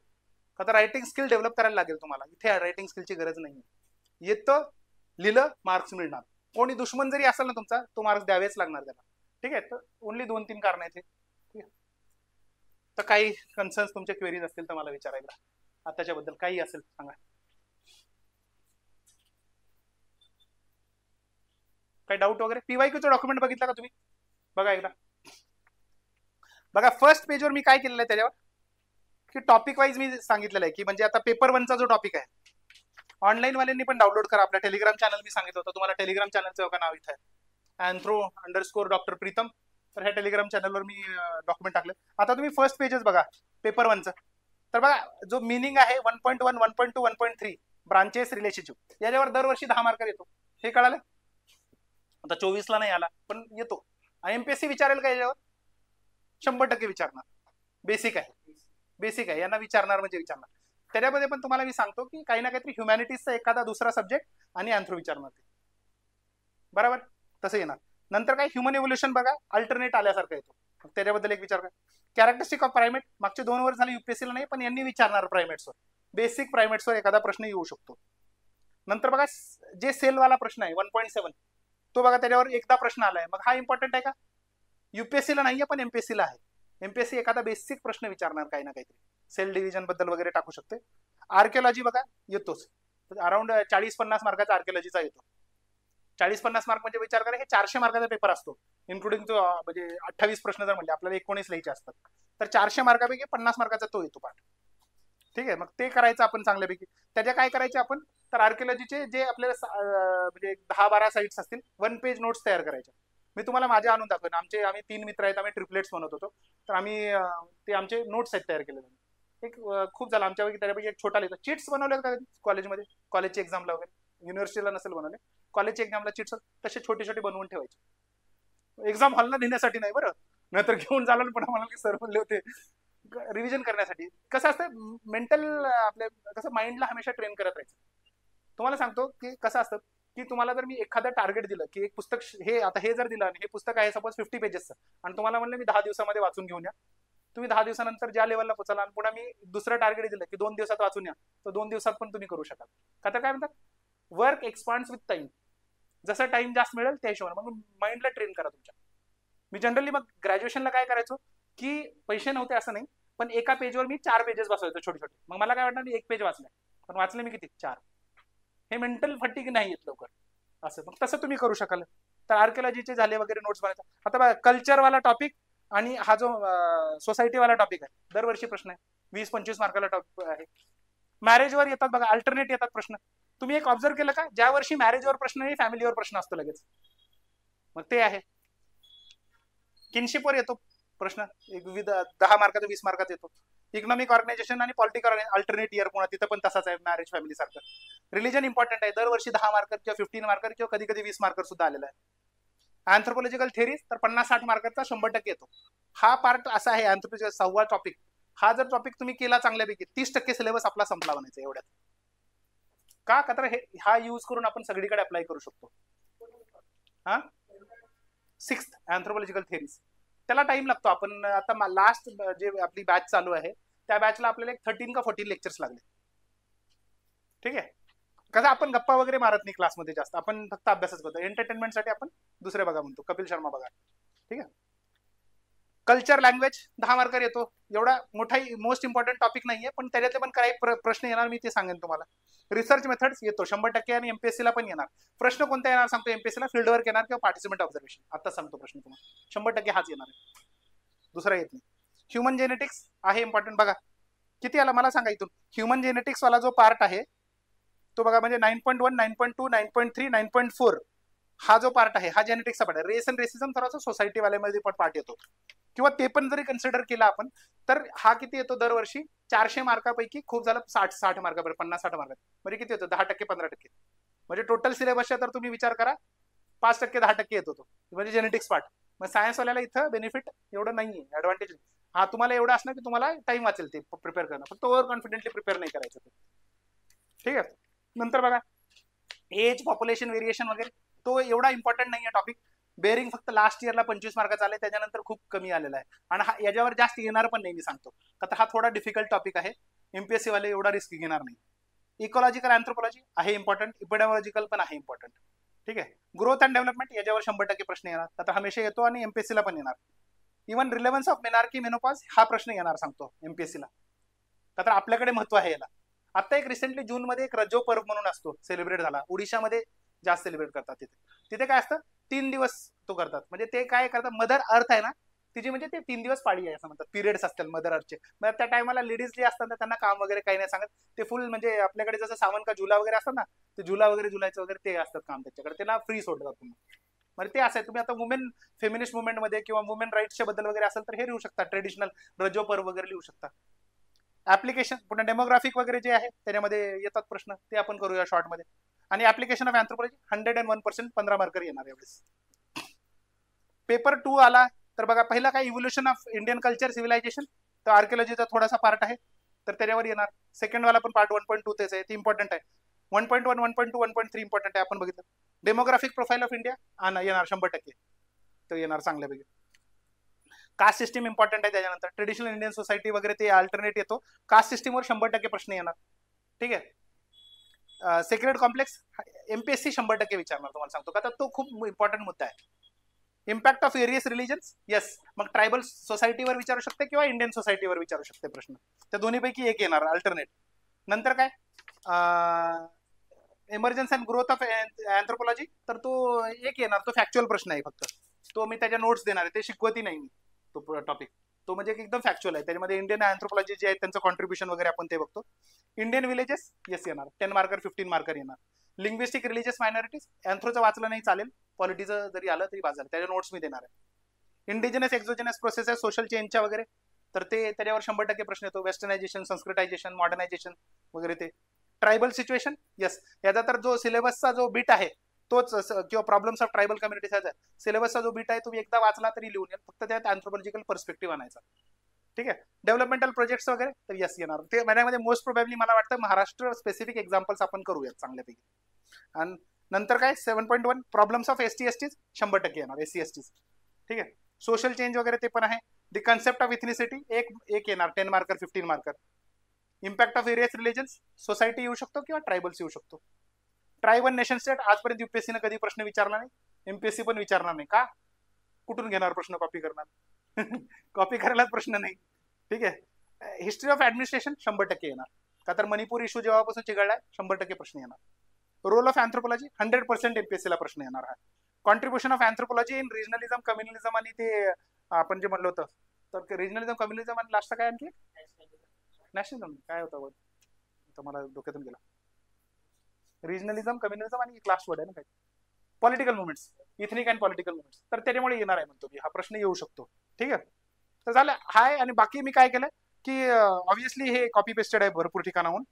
आता मला नावही घेतात नाही, क्रेडिट द्यायची इच्छा होती पण इन्स्टिट्यूटच्या पॉलिसीमुळे मी देऊ शकत नाही क्रेडिट.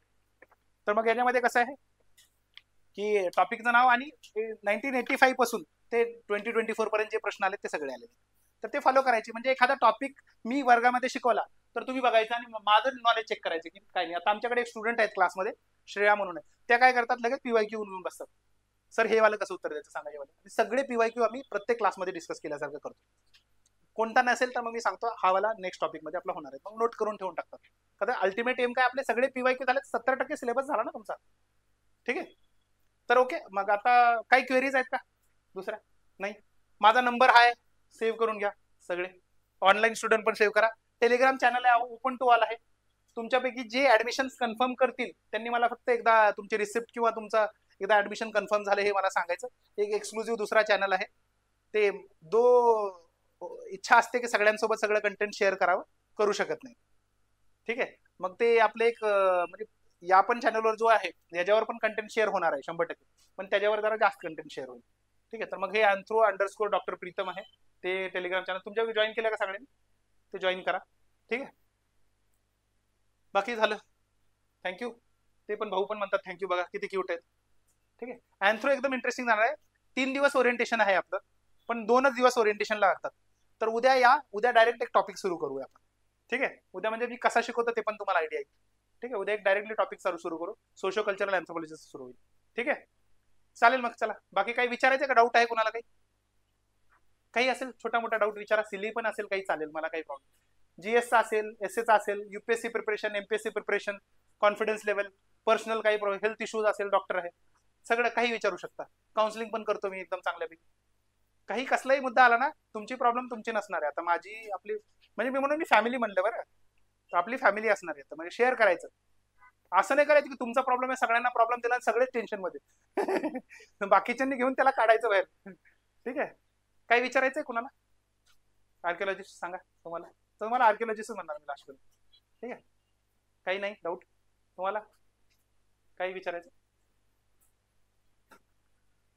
काही डाऊट नाही? ऑनलाईन मध्ये काही विचारलंय का बघतो एकदा, विचारलं असलं तर मग ते एकदा, नाही तर मग